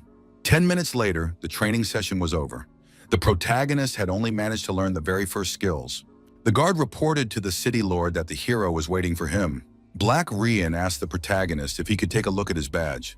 Subai provided the necessary proof, and the city lord, along with the captain of the guards, knelt and greeted the hero. Black Rian hadn't thought that a hero would actually appear again after 100 years. Subai was surprised. What did the words "again after 100 years" mean? The protagonist recalled that in his past life, the Lord had said the same thing. Black Rian explained that according to legend, every 100 years an adventurer bearing the title hero appears in the tower. This hero will destroy the darkness and lead the city to dawn. Subai wondered, why are legends always so vague? Subai suggested leaving the legends behind. The young man said he had come here to receive quests. Were there any available? Black Rian told the hero that his dog was lost. Could the young man find it? 10 gold coins would be offered as a reward. The hero was indignant. Did the Lord really think he was a beggar? The captain of the guards stated that if the hero wouldn't mind, he had a few tasks. Skill points or basic books would be given as a reward. Orlando Mullen felt that asking the hero to look for a dog was truly an insult. The mage Orlando Mullen suggested gathering 200 skull flowers. The reward would be 10 skill points. The mage also suggested gathering 1,000 skull souls. The reward would be 10 skill points. The protagonist thanked the captain for his respect. Lord Rome said he had remembered. He also had a suitable quest. The Great Swordsman. Black Rian offered a quest, an anomaly in the suburbs of Rome. The reward is 10 skill points. Subai thought this was Rome's main storyline. It's the 10th season, and no one has touched it yet. People are too fixated on leveling up and forget that quests are the best way to level up. The Lord of Rome said he'd heard that all those bearing the title hero are unrivaled masters of combat. Would the young man do them the honor? Black Rian asked the hero to spar with him as a training session. Subai agreed to the challenge quest. He asked what this sparring session would entail. The protagonist really didn't want to fight this NPC, but the reward was substantial, so it didn't make sense to refuse. Black Rian thanked the hero for the opportunity and promised to lock his level and skills. Subai told Lord not to adjust to his level. He could simply limit himself to level 30. Our hero suggested that the captain of the guards join as well. Orlando Mullen told the hero that at level 30, they had access to many basic techniques. Subai said that the conversation was tiring him. He didn't have much time, so he suggested they get started quickly. The captain of the guards and the city lord apologized for their insolence.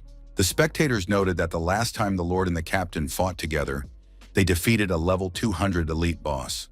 Subai decided to warm up first. The lord and the captain of the guards said they would first test the hero's strength. Black Ryan lunged forward and landed the first blow. Subai wasn't even phased. The lord's strike hit empty air. His opponent had suddenly vanished. The next moment, Subai appeared behind the lord and said that the timing wasn't bad. The protagonist struck. The captain of the guards activated the Stone Spike skill. It was a basic level earth magic spell.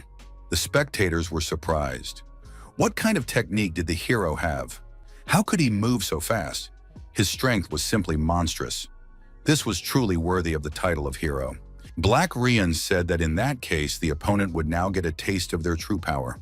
The Quagmire skill was activated. It was a basic level skill.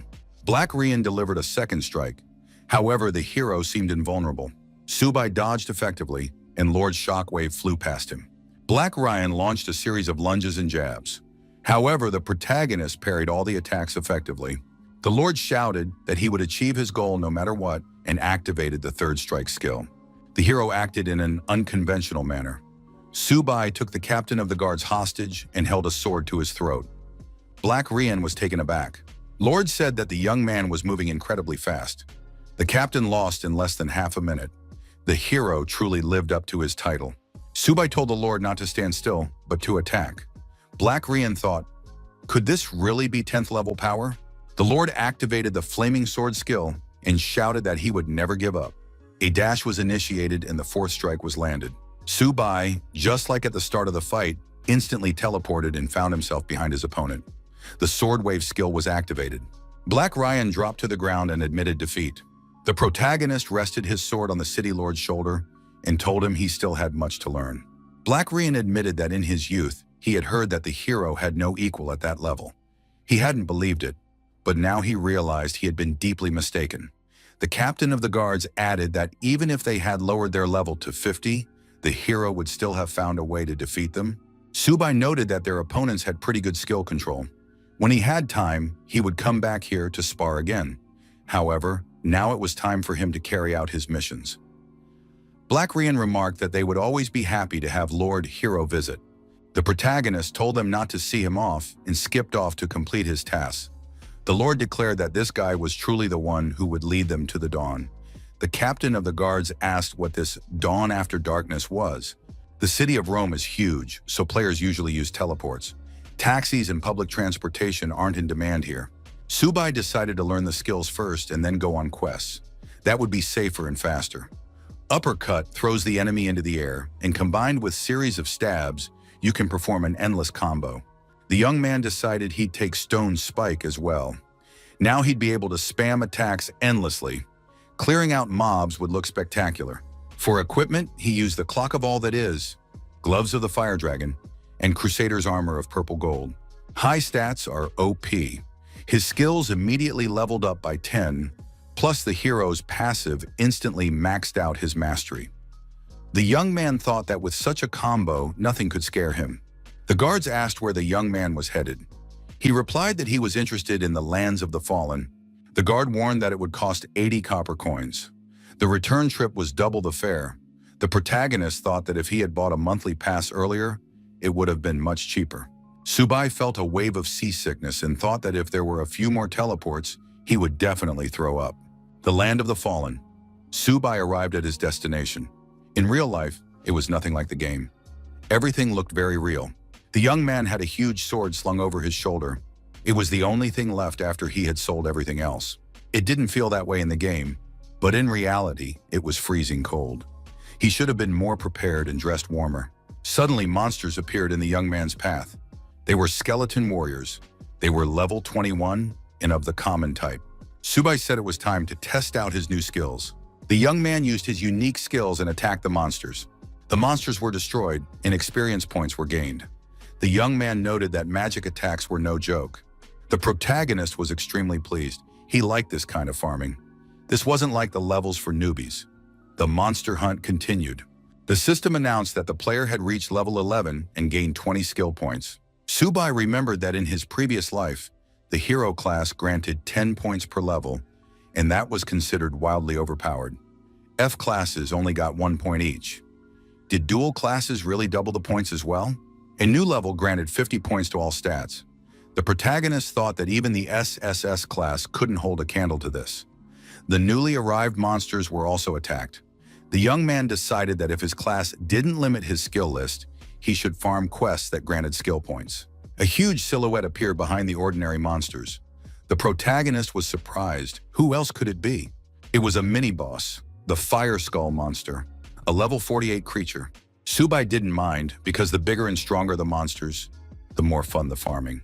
A new group of ordinary skeletons was destroyed in the same way. Fire Skull stepped forward and shouted loudly. The mini-boss was eager for battle. Subai thought, could it be that the boss himself had stirred? The young man had warned that his mana was infinite, so this mini-boss was in for a rough ride. However, the sacrifice ritual began. Subai decided this was bad. The more skeletons Skullfire devoured, the higher the damage would be. The young man thought, if this boss sacrifices all the skeletons, it won't be enough during the battle. He needed to come up with something. Subai used his newly acquired skills and effectively attacked the mini-boss. The protagonist warned his opponent that this was just a warm-up, so there was no need to provoke him too much. Our hero was glad that his skills didn't require a cooldown. Because of this, he could spam them without looking back. Skullfire took a crushing blow, and his skull actually burst into flames. Subai told his opponent that he should have leveled up earlier instead of slacking off. The system congratulated the player on reaching level 12. He was awarded 20 skill points. The guy saw 2 skull flowers in front of him. This was the basis for the next quest. The following items were also found: the Flaming Skull Sword and the Summon Undead skill book. The system congratulated him on learning the Summon Undead skill. This skill allows him to summon 3 levelless skeletons. Subai decided to test the skill right away and summon the skeletons. The young man reasoned that if these skeletons were levelless, it meant they were bound to him. With those stats, they were on par with a level 40 mob. Subai decided that while this wouldn't be much use in a duel, in large-scale battles, they'd be a pure meat shield army. Now these skeletons would work for their master. The protagonist gave the task of collecting the skull flower. The young man loved it when others did everything for him. Swamp of Doom! A new map had been unlocked. The young man saw the monsters and declared that he had found yet another batch of potential pets. Subai ordered the 3 skeletons to immediately attack the local monsters. The skeletons eagerly set about carrying out the task. A summoned unit, the Spiked Skeleton, appeared before the protagonist. Subai noted that this monster had decent armor. The system reported that the Summon Undead skill level had been raised to level 2. Subai was surprised. What on earth had his skeletons done there? The protagonist decided to check out what was going on. The young man saw a huge monster. He wondered how many small creatures had to be sacrificed on the altar to conjure such a beast. Subai attacked this monster as well, using his unique abilities, acquired through immense effort. The young man fought the creature created by a necromancer through a forbidden ritual. The young man activated his magic circle of skills and said he would put the monster out of its misery. The monster proved invulnerable. Subai said it was the first time he'd seen such a sturdy monster. However, persistence led to the desired result. The monster sustained its first serious wound and, bleeding profusely, let out a loud scream. Subai landed another series of powerful blows. The monster's health rapidly decreased. As a result of his aggressive actions, the monster was destroyed. Subai admitted that this monster was large, so it took longer than usual to deal with it. The second quest had no time limit, so the young man decided not to rush. Subai headed to the western part of Rome. Passers-by wondered who he was and why he had such a huge sack stuffed with all sorts of junk. Our hero traded the contents of the bag for cash. The protagonist was upset. After all, he'd been grinding mobs all night, and in the end, he only got a few dozen gold pieces. Farming for records is much more profitable. There were low-level blacksmiths all around, but the young man wanted to find a decent blacksmith of a higher level. Suddenly, our hero was stopped by some passers-by. One of them said that Subai had lost his SSS job change crystal and still had the nerve to show his face in public. Subai thought that in these clothes, only people from the Lin clan would recognize him. There were too many people around. He had to leave.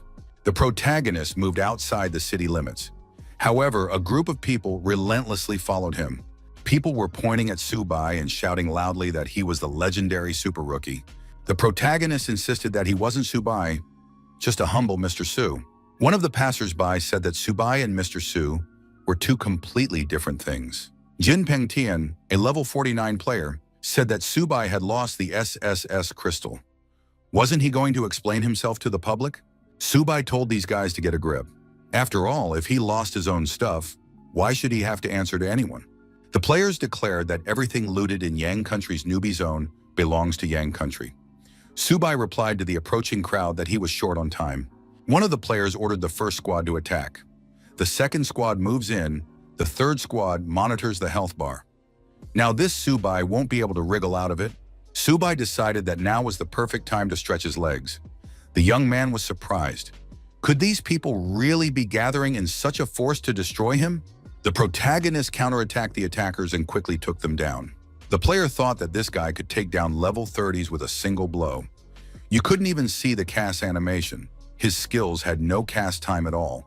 Pure instant. The squad commander ordered the shield bearers to fall into formation. Subai continued to attack his opponents with his unique method. The shield bearers were defeated. Their shields shattered into pieces. Spectators watching from the sidelines realized that this was no longer a player. It was a real raid boss. No wonder he had broken every record in the newbie zone.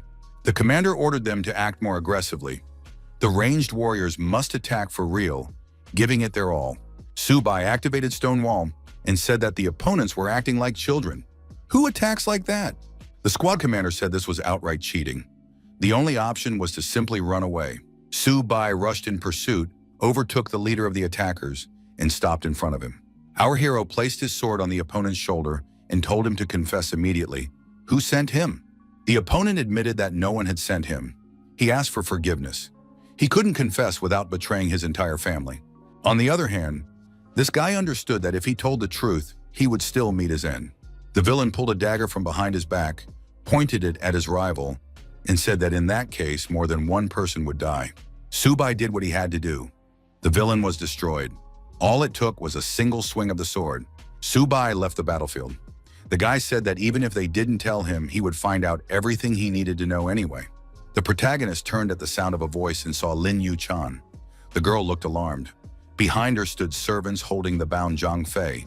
Yu-chan apologized and said she had brought the traitor and was ready to accept any punishment for it. Subai asked why they had wanted to destroy him. Zhang Fei was indignant. Why exactly should this guy enjoy his mistress's favor? Subai's self-confidence annoyed him. The protagonist said that it was up to Ling Yu-chan herself to decide what to do with this man. The girl replied that she would punish the traitor according to the clan's laws. Yu-chan apologized for the trouble she had caused. The mages quickly dealt with the traitor.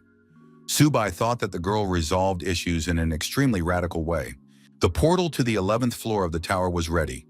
Subai said that everyone was already assembled so they could form a party.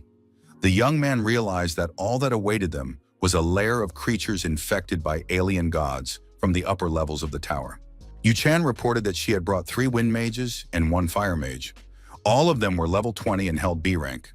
Subai asked everyone to show him their skills. There was quite a sight to behold.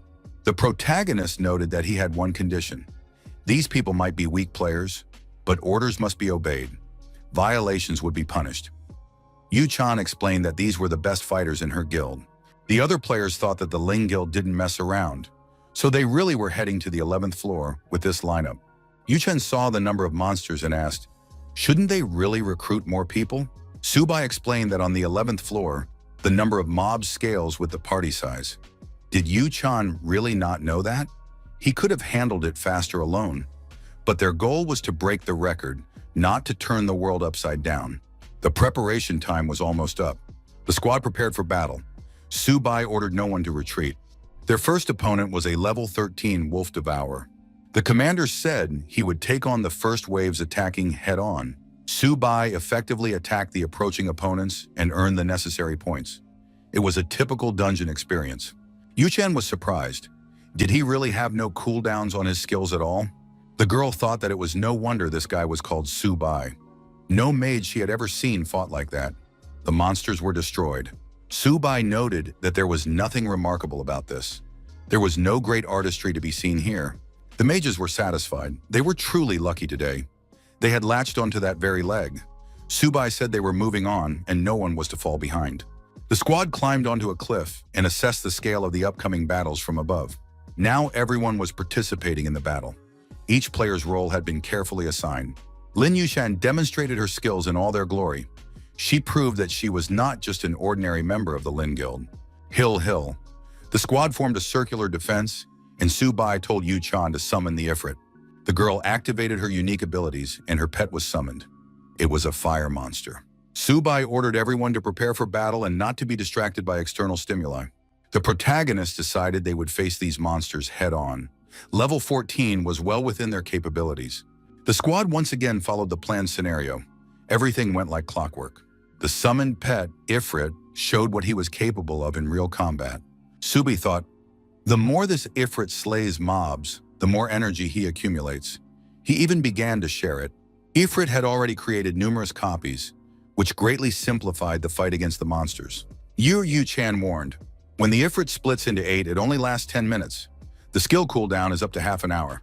The girl asked what they should do next. Once the Ifrits disappeared, they wouldn't be able to keep the hill chills at bay. Subai warned that the Ifrit wouldn't disappear. However, the Ifrit was finished. Yuchan noted that the flames had blown off the Ifrit, and it had crumbled into a stone statue. Subai told everyone not to panic. Now it was his turn. The protagonist activated his unique abilities, drawing on an endless source of mana. Yuchan realized with surprise that this was a summoning of the dead. Subai said that this Ifrit, combined with his magical attack, dealt insane damage. The mages acknowledged that this was truly a leg worth holding on to. This guy was indeed SSS rank. Now it was clear why the lady had treated him that way from the very beginning. Lin Yuchan thought that less than 2 hours had passed since they entered Dange. They were truly ready to break the record. The Wang Guild's council hall, the leader was furious.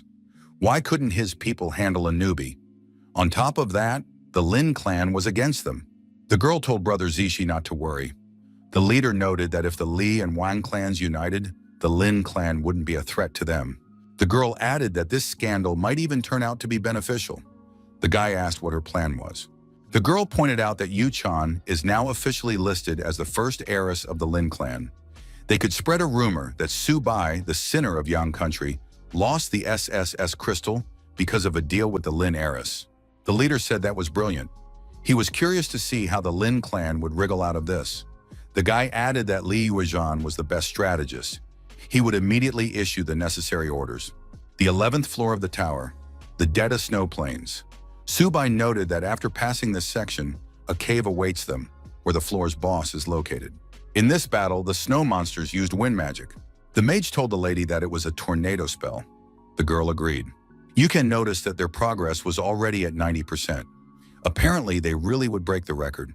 Subai told everyone not to let their guard down. They were continuing to move forward. Chaos reigned at the cave entrance.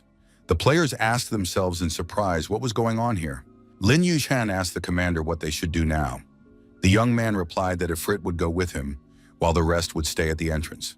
The protagonist noted that this was the final stretch, and so he would handle it on his own. Yuchan was surprised. Did Subai really want to go alone? One of the mages asked the lady if they really shouldn't stop him. Yuchan said he would go alone. The girl added that this guy had never lost a single time. Subai activated his fiery wings. The young man used the Battle Fist skill. The passive ability of the Fire Dragon gloves, Flame Burst, triggers upon impact, causing a fire magic explosion. This is a perfect rank item. Battle Fist envelops the fists in energy that can be released. Its long duration makes it a standard skill for fighters. Subai decided to test what his fist fighting school was capable of. The flame looked like pure magical damage. The mage was surprised. Could the leader actually be a fist fighter as well? Subai thought that being both a mage and a fighter was simply unmatched. Melee techniques with magical damage provide double the power. The protagonist decided that fighting the minions was taking too long. He needed to get as close to the boss as possible. To achieve a cleaner result, the hero summoned his skeleton pets. The young man called these pets his guardian army. The order was given to block the entrance to the cave. The system reported that the Summon Undead skill had been upgraded to level 6. The number of summons is limited to 20. Subai felt a surge of power. He enjoyed commanding his own army. The mages asked Yu-chan if this was really just a tower run. It felt like they'd stumbled into an epic raid. Mr. Subai was incredibly cool. Yu-chan noted that this guy took a straightforward approach without any tricks. The next monster was a huge, voracious level 18 snow bear. Subai was delighted. Finally, a boss had appeared. The protagonist activated his combat fist and decided to fight the boss in close combat, one-on-one. The young man dodged the bear's attack and said he was ready for some fun. The boss turned out to be as slow-moving as all bears, so the young man managed to land numerous blows all over its body. Subai noted that this boss possessed brute strength. He needed to finish it very quickly, otherwise it would be difficult to hold out for long. The bear attacked his opponent again. The protagonist activated the charge ram skill. Subai decided to put an end to this battle and attacked the monster again, using Fire Fist. The boss roared loudly and its health dropped to a minimum. The monster collapsed to the ground, and its body showed no signs of life. Subai announced that the boss had been defeated. It was a relief that they'd managed to handle it so quickly. The mages were surprised. Had the squad leader really already taken down the boss? What on earth had happened? The system reported that the squad had cleared the 11th floor. Yu-chan confirmed that they had indeed succeeded. This guy hadn't even entered the cave, and the battle was already over. A report came in that Subai, leading the Ling Guild squad, had set a new record for clearing the 11th floor of the tower. In the city of Rome, local citizens were discussing the news. How did Subai manage to pull this off since he has no class? Someone suggested that it was all thanks to Lin Yu-chan herself. Even though she's just an S-rank fire mage, how could she possibly compete with a Holy Knight's record? On the 11th floor, where the monsters are stronger, only Holy Light classes can defeat them with ease. Even Li Junxie couldn't clear the 11th floor in less than 20 hours. The Yang Country Military Headquarters. Captain Su Kang said he had sent a squad to find this man. He's already setting records, and they haven't even found his trail. What kind of job is this? Nantian reported that, according to intelligence, Subai had been spotted outside the city of Rome. Single-handedly, he wiped out a squad of players above level 30. Furthermore, Subai isn't listed in any rankings. But considering he sold an SSS crystal, even in the worst-case scenario, he must be of a significant level. Nantian added that a preliminary assessment of Subai's potential suggests he is at least SS level. The captain ordered immediate contact to be made with this man. Su Kang fell deep in thought. Who exactly is Subai? Even his class is unknown. Could he really possess a unique artifact? Although such a level of skill cannot be explained by a single item. An assistant rushed into the room and reported urgent news to the chief. Su Kang reviewed the information and said that couldn't be true. The report stated that player Subai, leading a squad from the Lin Guild, had set a new record for clearing the 12th floor of the tower. 3 hours and 2 minutes. The 12th floor of the tower. The Abyss of Shadows. The boss, Neri, a level 22 monster. Subai asked the squad if they could still hold their ground. Yu-chan replied that the leader's pace in clearing the floors was much faster than usual. Subai noted that if necessary, the squad could be replaced. The main thing was having mages. Lin Yu-chan stood up straight and said she was fine and could still hold her own. The mages confirmed her words. Subai headed for the 13th floor and told everyone to hurry up and follow him. Yu-chan thought that Subai was clearly a top-tier talent, even among SSS players. How else could one explain that he had taken down the bosses of the 11th and 12th floors in less than 10 minutes? The guild's meeting room. The leader said they were all doomed. This guy's a total monster. Now even elite squads are fighting over this SSS rookie. Wang Zizi noted that Li Yujian was very clever. All their previous plans had been her idea. Yujian didn't understand what Zizi was talking about. Zizi was indignant. What does that mean? What about their relationship? Li Yuejin declared that childhood engagements were nothing more than a joke. Wang Zizi told Yuejin not to forget. The idea to set a trap for this guy was hers. The girl claimed she didn't remember anything like that. Junji thought this girl was a real actress. Yujan headed for the exit and said that Zizi had turned out to be useless. The 13th floor of the tower, the plane of filth. The players continue moving forward. Yu-chan and her mages provide offensive support for the main force, namely their commander. The level 22 slashing rabbits were very energetic. Subai noticed that it was taking too long to defeat them, as there were now so many of them. The protagonist ordered each player to take on several burrows. Our hero activated the fireball skill to drive the monsters out of their burrows. The rabbits rushed toward the burrow exits and got stuck. Subai said that now they wouldn't be able to escape. Subai promised these monsters he would burn down their lairs so they wouldn't keep jumping out one by one and wasting his time. Lin Yuchan told the squad leader that they had already stormed 3 floors in a row. Where did the young man get his strength from? The group of players approached the estate. The gates were locked, even though there were people inside. Winslet in level 25. In addition to the monster and small children, there were monster hounds in this place. Subai warned that the boss was inside so the squad would wait for him outside. The mages noted that the squad leader was playing for them. It was simply magnificent. Subi kicked the gate and told Winsleton to prepare for death. The monster was outraged. Did this guy really dare to enter his mansion? That meant he'd signed his own death warrant. Lin Yushan told the mages to stay back. The monster gestured toward the guests, and the dogs pounced on our hero. Subai activated a barrier, and the monster dogs took damage upon colliding with it. Winsleton continued to carry out his devious plan. An unbearable sound rang out. Yushan and the mages covered their ears with their hands. It was impossible to listen to. Subai drew his blade and charged at the monster. The young man said that this old dog was useless. The protagonist closed in and launched an effective attack on the monster. The monster screamed that these intruders would surely be punished. Yuchan and the mages continued to cover their ears. They were completely overwhelmed by this sonic attack. The protagonist, swinging his sword, destroyed the primitive monsters, repeating that the sound attack had no effect on him. The monster was outraged. Could it be that his sound attack wasn't getting through at all? Subai attacked and destroyed the monster. The young man said that with such a reserve of spirit, this monster was just a warm-up for him. Yuchan was surprised. Had they really defeated the monster so quickly this time as well? Subai said that now they could rest and recover for a few hours, and then continue on their way. Lin Yuchan was delighted to hear about the break. After all, they had been fighting non-stop for almost a day. That evening, by the fire, the mage said they were already exhausted. However, it was worth it. Leveling up had never felt so satisfying. Yuchan handed the young man some food and told him to eat up. He hadn't stopped for a second. Surely he had become the strongest of them all. Subai replied that he felt fine. Subai decided to test whether the clock of all things could level up skills. It turned out that it was possible. However, the leveling up time was about 30 days. To complete it instantly, one had to pay 10,000 gold coins. The system congratulated the player on successfully upgrading the skill. Rank B Sliding Ice Spear obtained. The protagonist had to spend a lot of coins again for instant leveling. However, he understood that A-rank skills don't just fall from the sky. Subai decided to calm down a bit and get some real rest.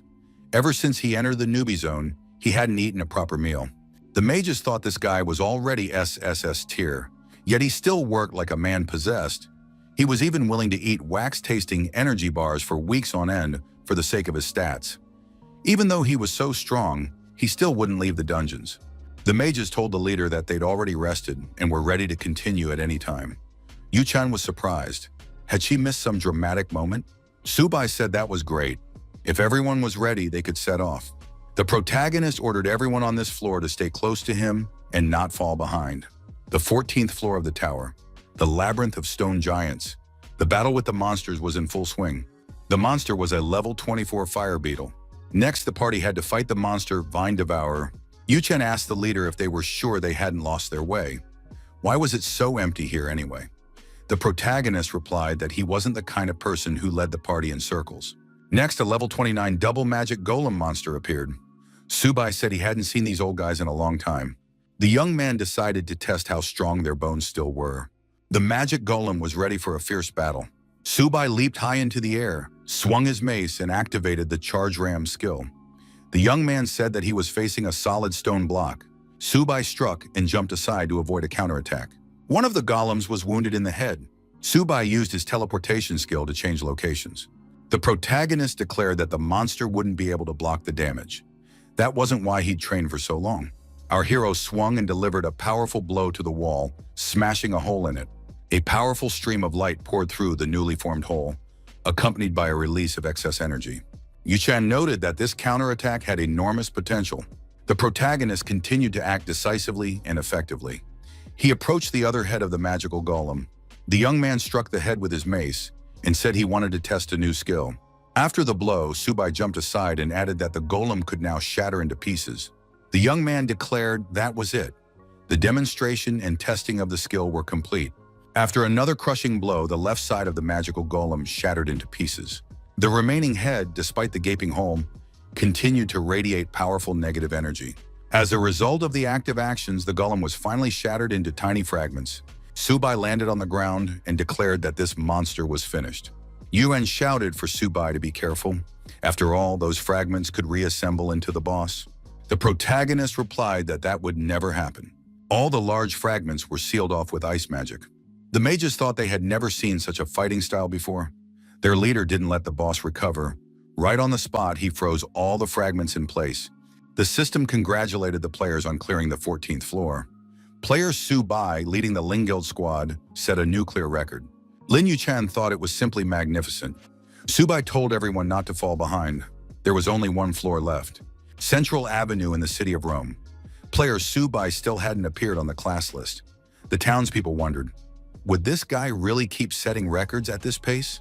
Wang Zizi, accompanied by his men, appeared in Central Square. He wondered, is Subai even human? He had already cleared the 14th floor.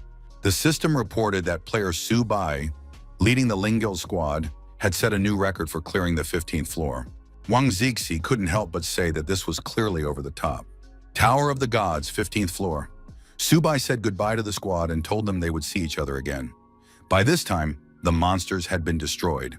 Yuchen asked Subai not to rush. This time the Ling clan had gained too much. She wanted to discuss compensation with her father. Subai was surprised. What kind of compensation was she talking about? The girl said she had a lot to offer. Among other things, gold. Subai agreed. The young man added if they needed more records, they could contact him. He was even willing to give a 20% discount to regular customers. Yuchan was intrigued by the offer.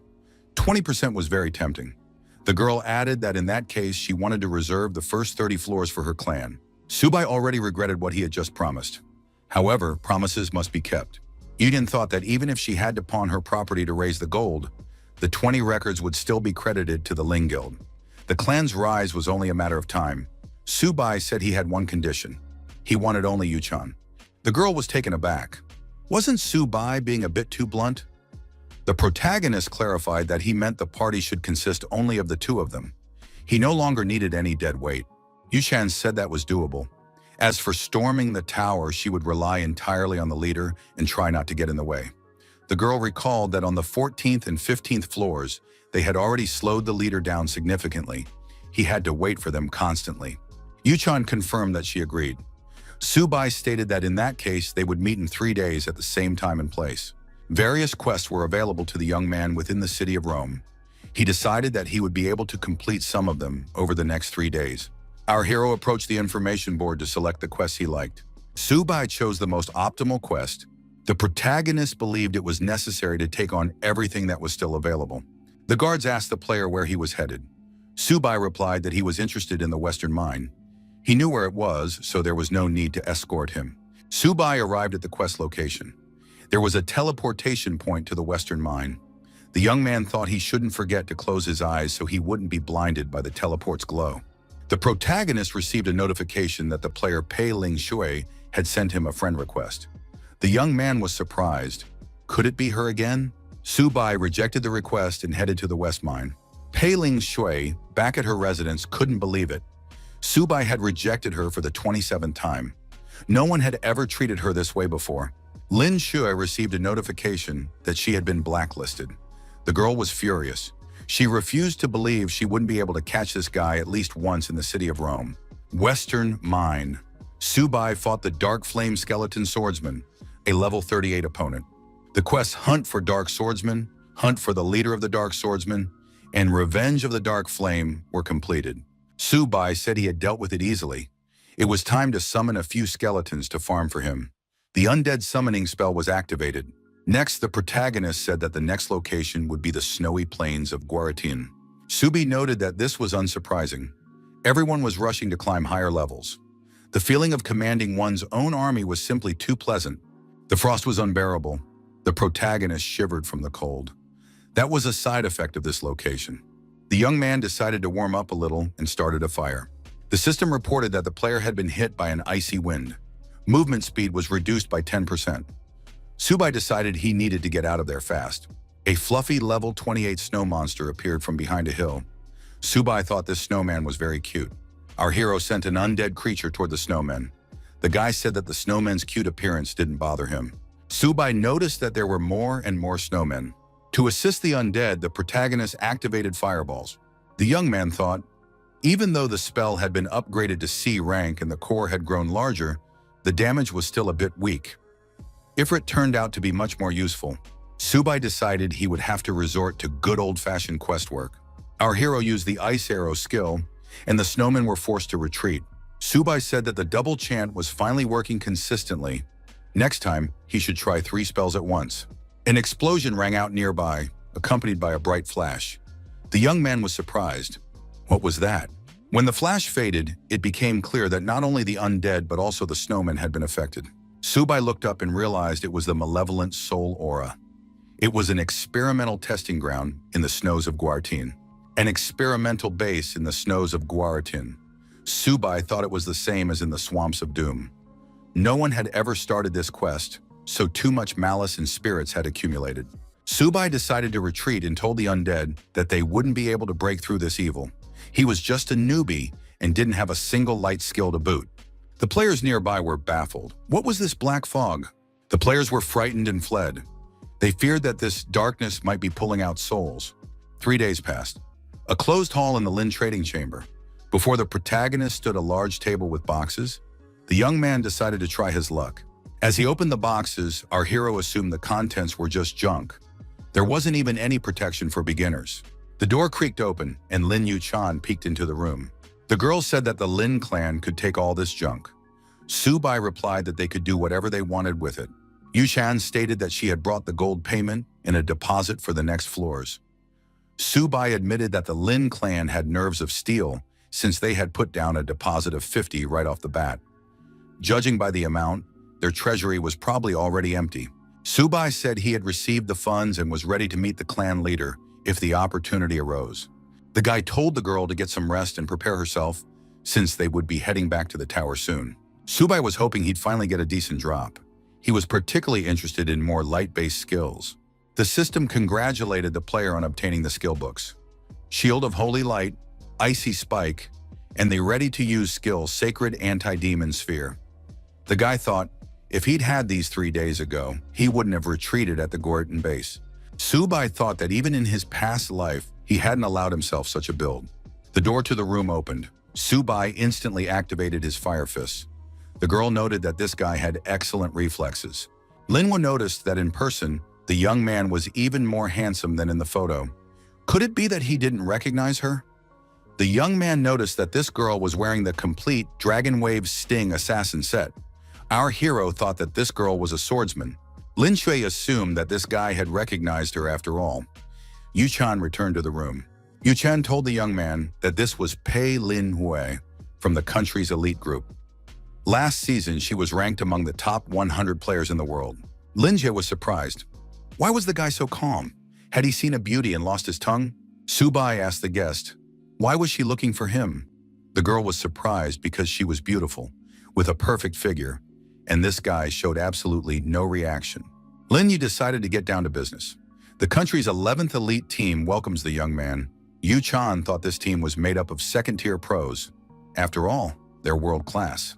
The 11th squad is an underdog among the elite, but to ordinary people, they're still out of reach. Subai noted that it was a great honor for him, but he politely declined. Lin Jie was surprised. Why such a response? A newcomer shouldn't get ahead of himself. After all, only by joining the elite group would he gain access to the best resources and the optimal path for development. Subai replied that he could handle the raid tower on his own. Why would he need someone else's guidance? Lin Shuo thought that it was indeed hard to argue with that. He had breezed through the first 15 floors as if he were strolling through a park, alone and without any backing. Subai apologized once more and added that he wasn't interested in this squad. Lin Shu stated that the upper levels of the tower were nothing like what the young man had seen before. You couldn't achieve anything there alone. The 11th team was indeed serious about.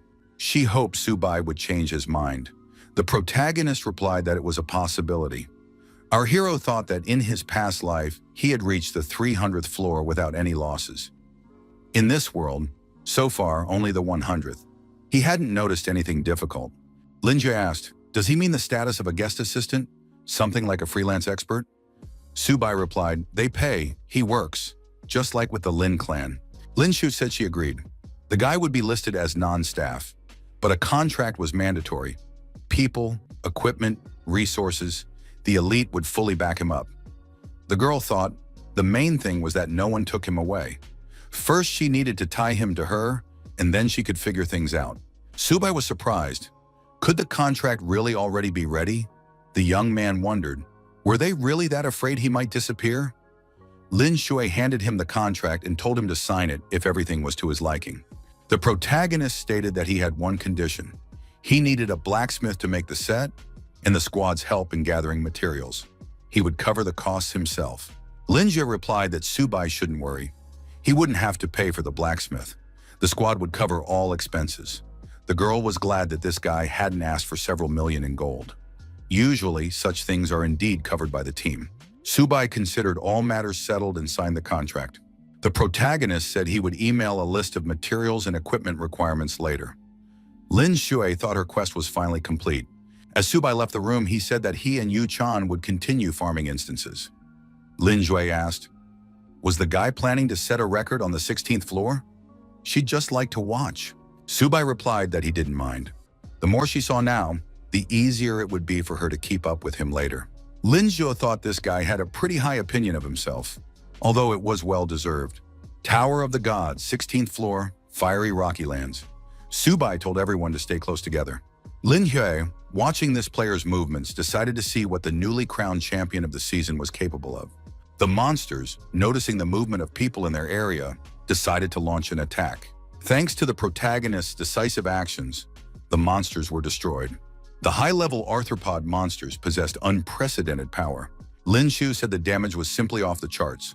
However, this guy was only level 20. What kind of class was he anyway? He activated Chaotic Firestorm.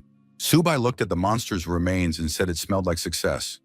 Yu-chan agreed that the aroma was indeed pleasant. 2 hours later, the young people were eating the freshly cooked monster meat.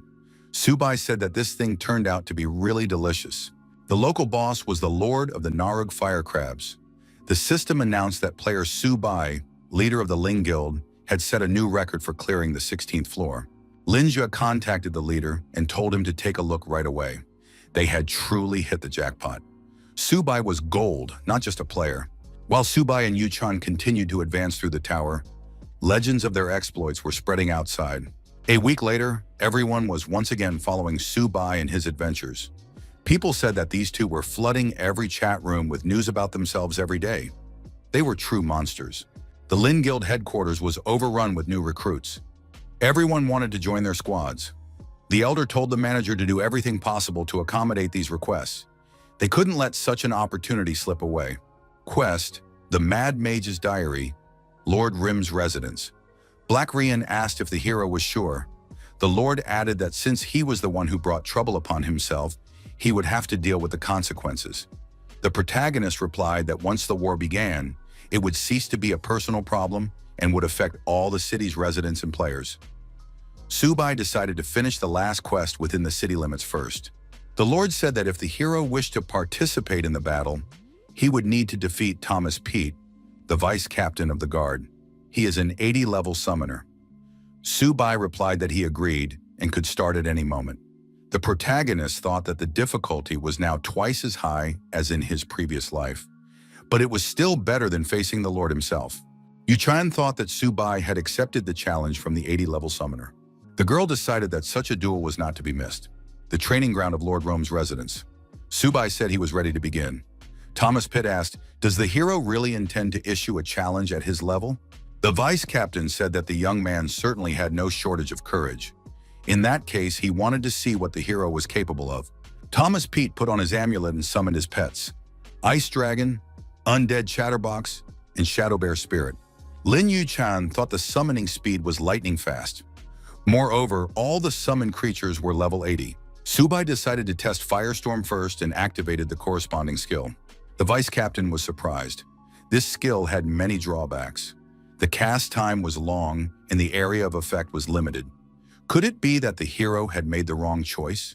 Subai noticed that the most interesting part was yet to come. At one point, Thomas Pete found himself bound by thorny vines. The vice captain shouted that this couldn't be happening. Lord Rima thought it was a double elemental reading. The vice captain summoned an ice dragon and activated Frozen Lake. The protagonist dodged his opponent's attack and said it was useless anyway. Thomas Pitt summoned a skeleton to attack his opponent. However, the protagonist jumped high and effectively dodged the attack. Subai used the skill Piercing Strike. The vice captain's skeleton pet was sent flying to the side. The vice captain was unable to free himself from the barbed tentacles. He said he was ready to admit defeat. Subai thanked his opponent for the fight. Thomas Pitt bowed and thanked the hero for sparing him. Subai said it wasn't difficult. Yu-chan admitted that the fight had been spectacular.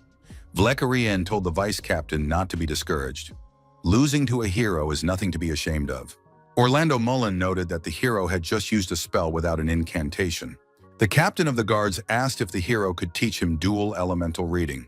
A special quest was activated: Orlando's Request. The reward offered was the title Orlando's Teacher. Subai told the captain of the guards that he agreed. The protagonist asked Yu-chan, "Is she coming too?"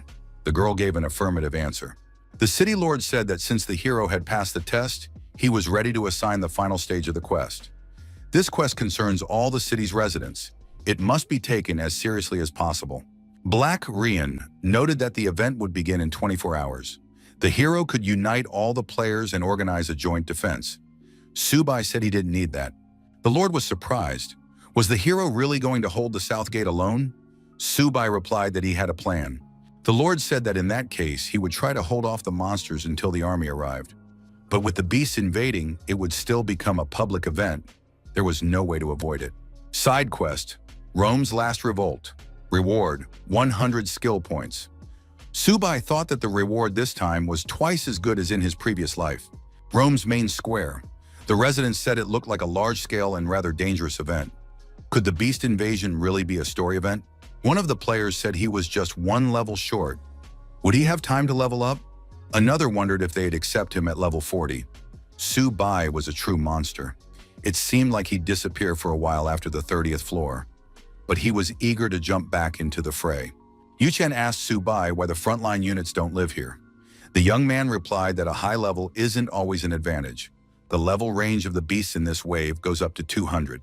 He added that with the highest level player around level 100, the world's top players physically can't hold the wave entirely on their own. They'll have to rely on NPCs. Yu-chan said that in that case, they should call in the squads.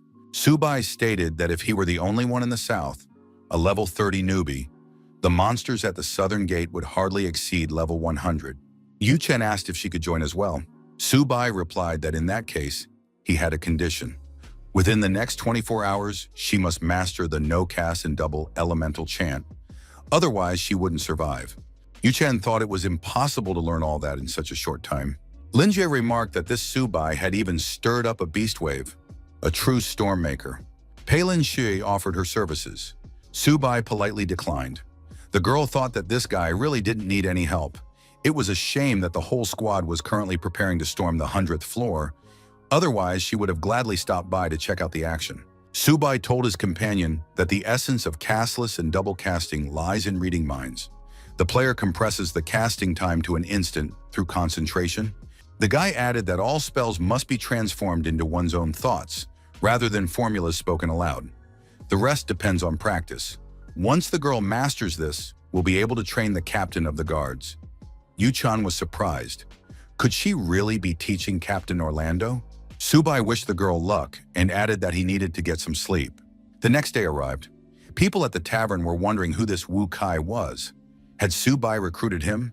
It seemed he was planning to stream Subai's battle against the beast wave. A guard mentioned that Su-bai regularly posted tutorial videos. Even Lin Shui had liked his posts. The players didn't understand why Su-bai was trying to hold the South Gate all by himself. Wu-tai went live and greeted everyone. He said he would be hosting the live streams. Wu-kai informed viewers that he was currently on the southern wall of Rome. The streamer announced that today, the south sector would be defended by super rookie Su-bai. Suddenly, the feed went dark. The viewers panicked. The beast wave was approaching. Had the streamer already been killed? Did that mean they'd be wiped out in a minute too? The southern gates of Rome. Su-bai said it was time to get to work. Yu-chan announced that everything had already begun. The girl noticed that the nearest monster was just a level 26 skeleton lizard. Su-bai activated Chaotic Firestorm. The streamer went back on air and apologized. Wu-chai said he'd gone too far and accidentally cut the cable. The viewers said that guy had nearly given them a heart attack. But what was Su-bai doing over there? Lin Yu-chan tried to pull herself together and stay calm. The girl summoned her fire pets and shouted that she had succeeded. Su-bai admitted that it really wasn't bad. The protagonist activated Chaotic Firestorm again. Yu-chan praised his multi-elemental chant. The protagonist stated that 9 streams was his limit for now. The level 28 monsters couldn't withstand the intense heat and were losing the battle. Su-bai activated a summoning of the undead. The stream viewers were baffled. Could this really be resurrection? Could these skills really summon such a large number of units? It's practically an entire army. Wu-kai also shouted that it was simply impossible. Su-bai is a true god of war on the battlefield. The protagonist announced a short break. He needed to prepare for the next stage. Yu-chan asked the young man how long the beast wave might last. Su-bai replied that at best, it would last a day. However, it could go on longer. Su-bai thought he'd managed to level up his skills just in time. 9 streams of fiery rain wouldn't have been enough anymore. Wasai told the viewers that this entire ocean of fire was holding up an entire front. Su-bai was simply incredible. Shun thought that she couldn't slack off either. She had to give it her all until the very end. Su-bai said they needed to keep up the pressure with Chaotic Firestorm and the Ifrit. The monsters ahead would be much tougher. During the break, Wu-tai suggested the players eat, since they'd been on their feet for nearly a day. The Zhou Dynasty's conference hall. An aide reported to Lord Zhou that there weren't enough people in the east. Too many players were heading to the Ling Guild. They couldn't process everyone in time. The leader cursed viciously at the protagonist. After all, it was all his fault. Su-bai was to blame for everything. Zhou said that if they can't handle it, they need to lighten the load. They need to contact the leaders of Rome's largest guilds. They must prepare to accept new members. Zhou thought, if there are millions of players, then we need to share the pie with the whole world. Rome Square. Residents were discussing the situation. Are they really going to take the brunt of the blow on the front lines? The Zhou dynasty has already made an announcement. A real major guild is ready to take responsibility.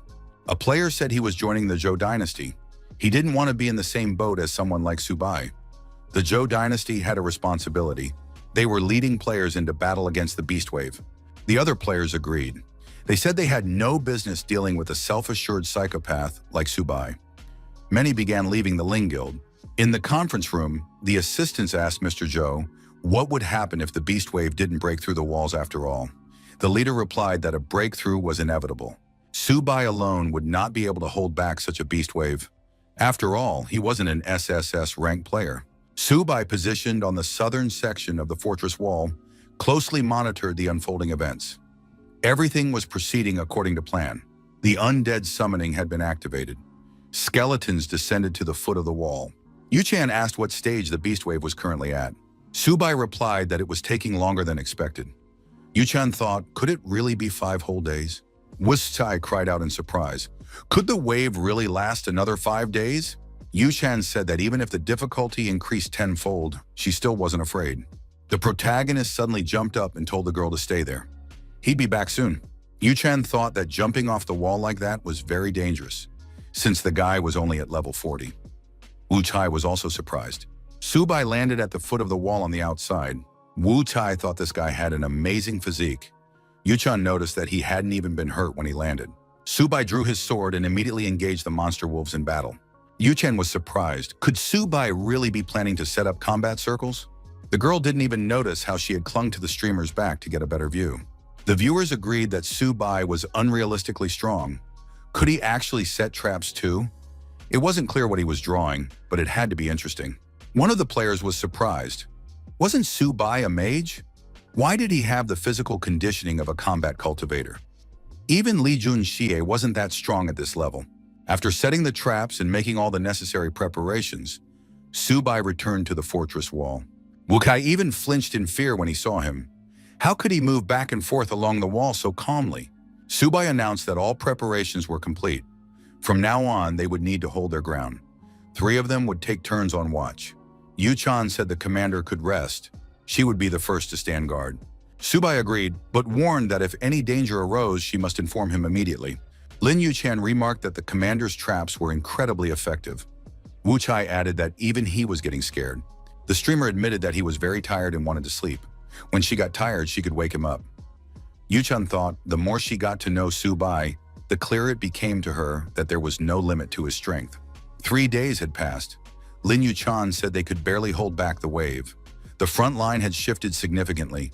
On top of that, boss-level monsters had appeared. Wu Chai added that with a 5-day forecast at this intensity, they wouldn't make it to the 5th day. Su Bai was preparing a barbecue at the time. Viewers were amazed that this player could eat so calmly in such a situation.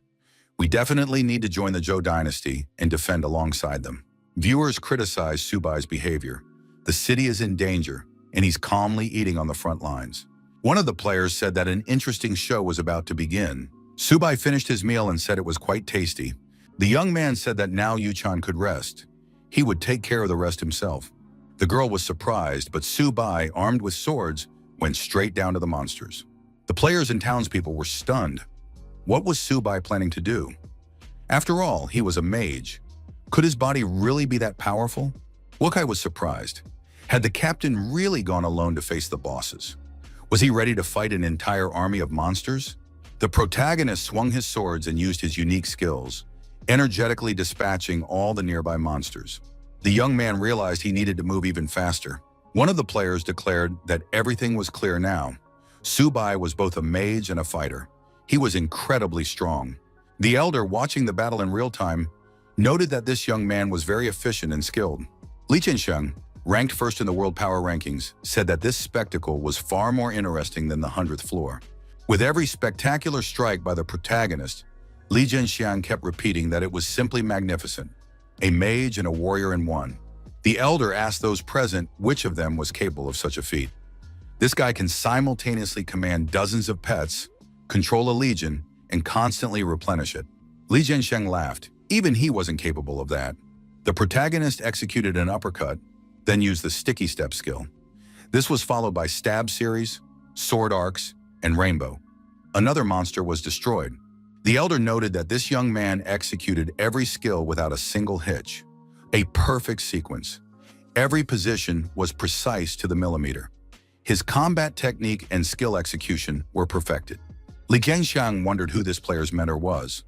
Pei Ling Sui told her grandfather that they had checked everything. He had no teacher. The young people were surprised. How is it possible to master such skills without a teacher? The elder was astonished. Could there really be geniuses in this world born with innate knowledge? He was eager to meet this young man in person. The system reported that the player had defeated the boss. The protagonist declared that all bosses below the 100th floor were mere trash, just bloated in size. He told the undead that from here on out, they could act on their own.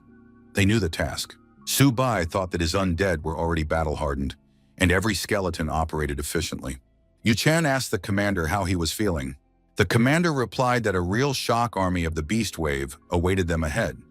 They needed to prepare themselves mentally. Yu Chan was surprised. Could it be that these elite level 80 bosses weren't even the main force yet? Wu Kai asked in alarm, what on earth must the main force be like? Elite squad meeting. One of those present asked if Su Bai could handle this. The elder noted that there were at least level 90 elite bosses here. The assistant reported that evacuation routes for players in the city had already been prepared. Captain Zhou Wan of the 6th Squad said that his son had gathered a large number of players in the inner city in advance. They were ready to repel the wave in an emergency. Su Kang asked if there were any guilds in Rome capable of withstanding a beast wave of this magnitude. Zhou Wang stated that his talented son had already transferred several players from the guild's 2nd Squad there. With their strength, the bosses wouldn't be a problem. Su Kang thought, aside from their elite group, could there really be other professionals like that? Zhou Wang had simply sent his entire 6th squad there. The elder thought that Zhou Wang was pulling his men out during preparations for the assault on the 100th floor to play along with his son. Lin Shui said they'd gotten completely out of hand. They decided to mess with the people from the 11th squad. As soon as Su Bai held off the wave, she'd report everything as needed. On the 4th day, Su Bai and his 10 golden skeletons took to the field and took down 10 elite-level 83 bosses.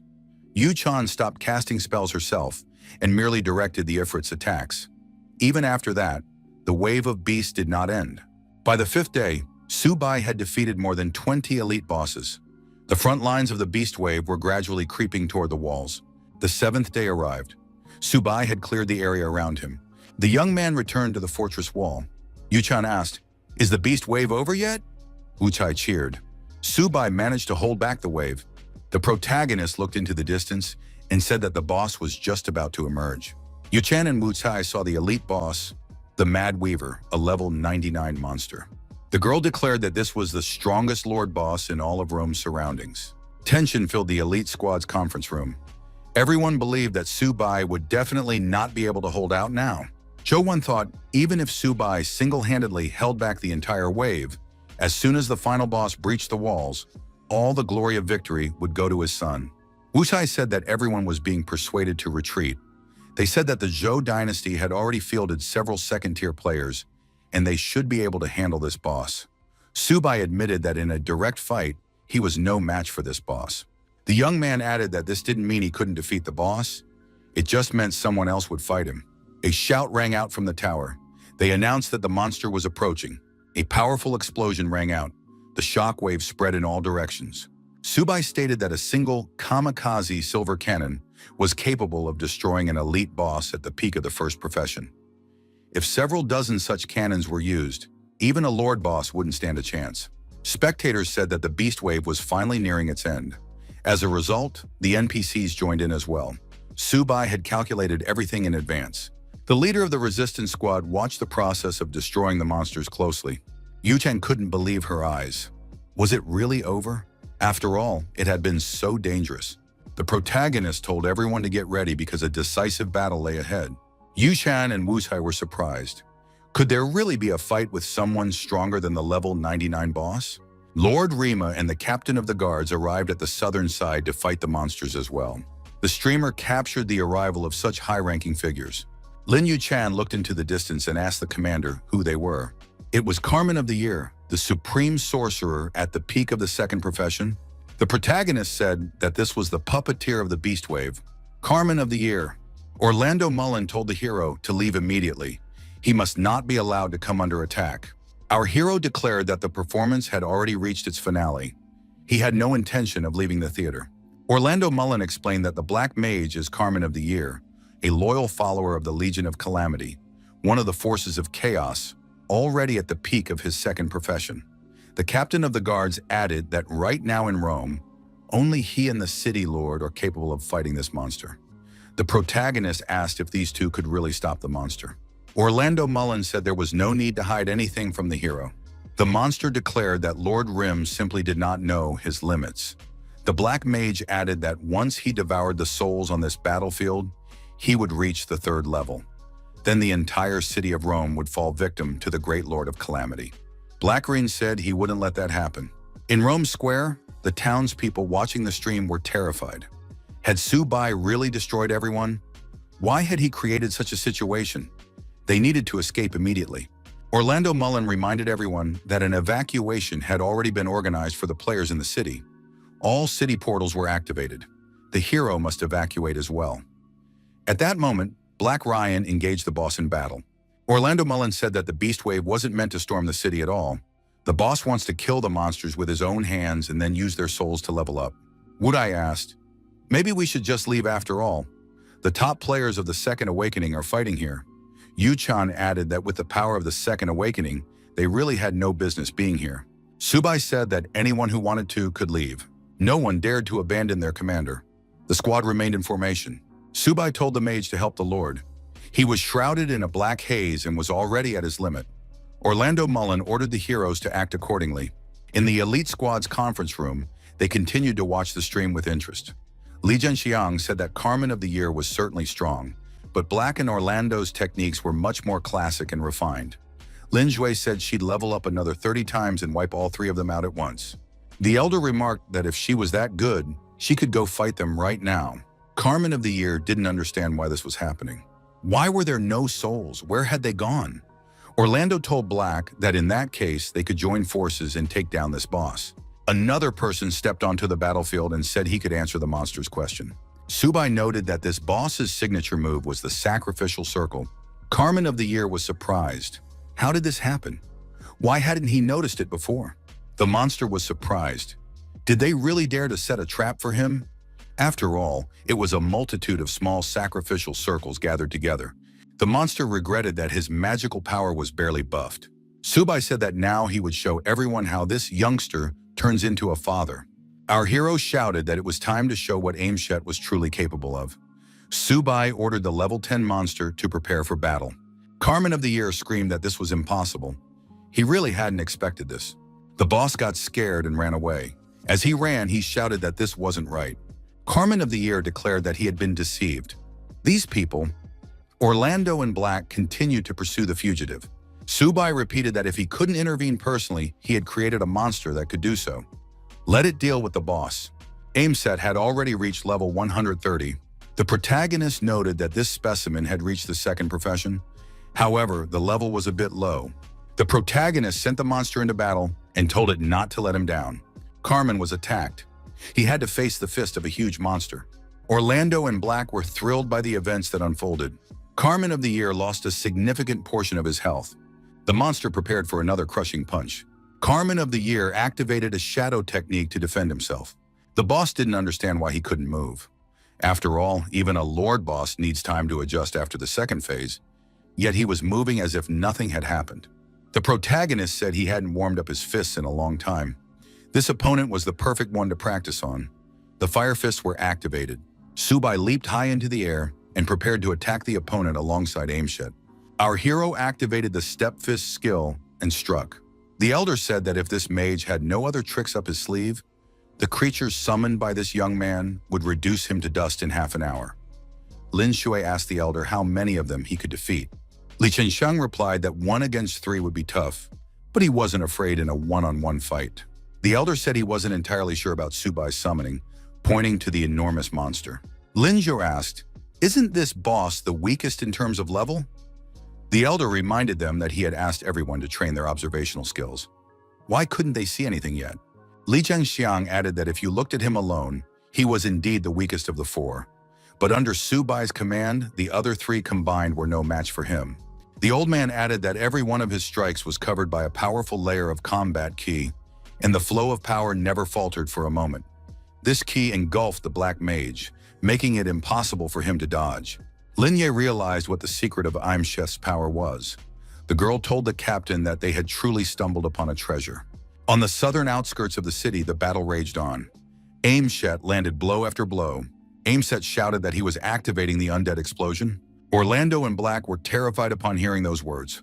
Carmen said that this monster's soul was powerful enough to drag half the city down with it. However, the boss still didn't understand why his plan wasn't working. Yuchan asked Subai what undead explosion meant. The young man replied that to achieve this effect, one must detonate the remains themselves. With so many bodies on the battlefield, if the souls were still present, this single explosion would have wiped out half the city. Subai said that this boss didn't even know that souls also had to be detonated for the explosion. Wu Tai asked if Aimset hadn't absorbed all the souls into himself. Carmen still didn't understand why nothing was working out for him. The boss said he had planned everything perfectly and well. The system reported that the group had successfully completed the defense of Rome. Wu Tai said they had really pulled it off. Subai had endured it all. Yuchan thought that Subai's authority was now simply unshakable. The system reported that all participants in the defense would receive 2 levels and 20 skill points. The streets of Rome were filled with jubilation, for they had survived. Subai had truly protected everyone. The city lord said that the hero was simply incredible. Subai heard that same voice again. It was Gus Gidan, the Lord of Calamities. He said that the great offspring of the Demon King must hear him. The protagonist activated the hidden quest, Child of the Demon King. The Lord asked what had happened to the hero. The young man wondered if they could hear that voice. Could it be because of the Demon King class? It turns out that just like the heroes of the light, the Demon King has his place among the dark forces. During the quest, you must collect 10 million malevolent spirits. Subai thought this was unsurprising. Fanatics like Carmen of the Year appear. The stakes here are simply insane. Our hero thought that such a reward really isn't easy to come by. Linwei got in touch and congratulated the guy, since he'd pulled it off. The girl added that she was heading out to meet him and would be there in half an hour. Lin Jue added that the entire elite squad was coming. The elder joined them. Subai was surprised. Could it be that Li Junsheng wanted to meet him too? Yu Chen asked if her clan could also be given such a reception. After a successful meeting, her guild would be willing to pay 20,000 gold. The protagonist thought that luck was falling right into his lap. Rumors began to spread throughout the city that Li Junsheng himself would be coming to the Ling Merchants Guild. After that, the Ling Guild would soar to the very top. Rumors circulated that the heiress of the Ling Guild had already sent out announcements to that effect.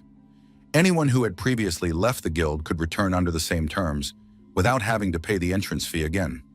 Subai thought they were moving rather quickly. Lin Shi spotted him from a distance and said that the hero had already arrived. Su Kang was very pleased to see Subai in his office. The captain shook the hero's hand and said that everyone here knew this guy. He didn't even need to introduce himself. Subai thought that all the influential people from the elite unit had gathered in this place. Su Kang said that this guy was a true young hero with character. Subai said he was pleased to meet them and asked which of them wanted to speak with him.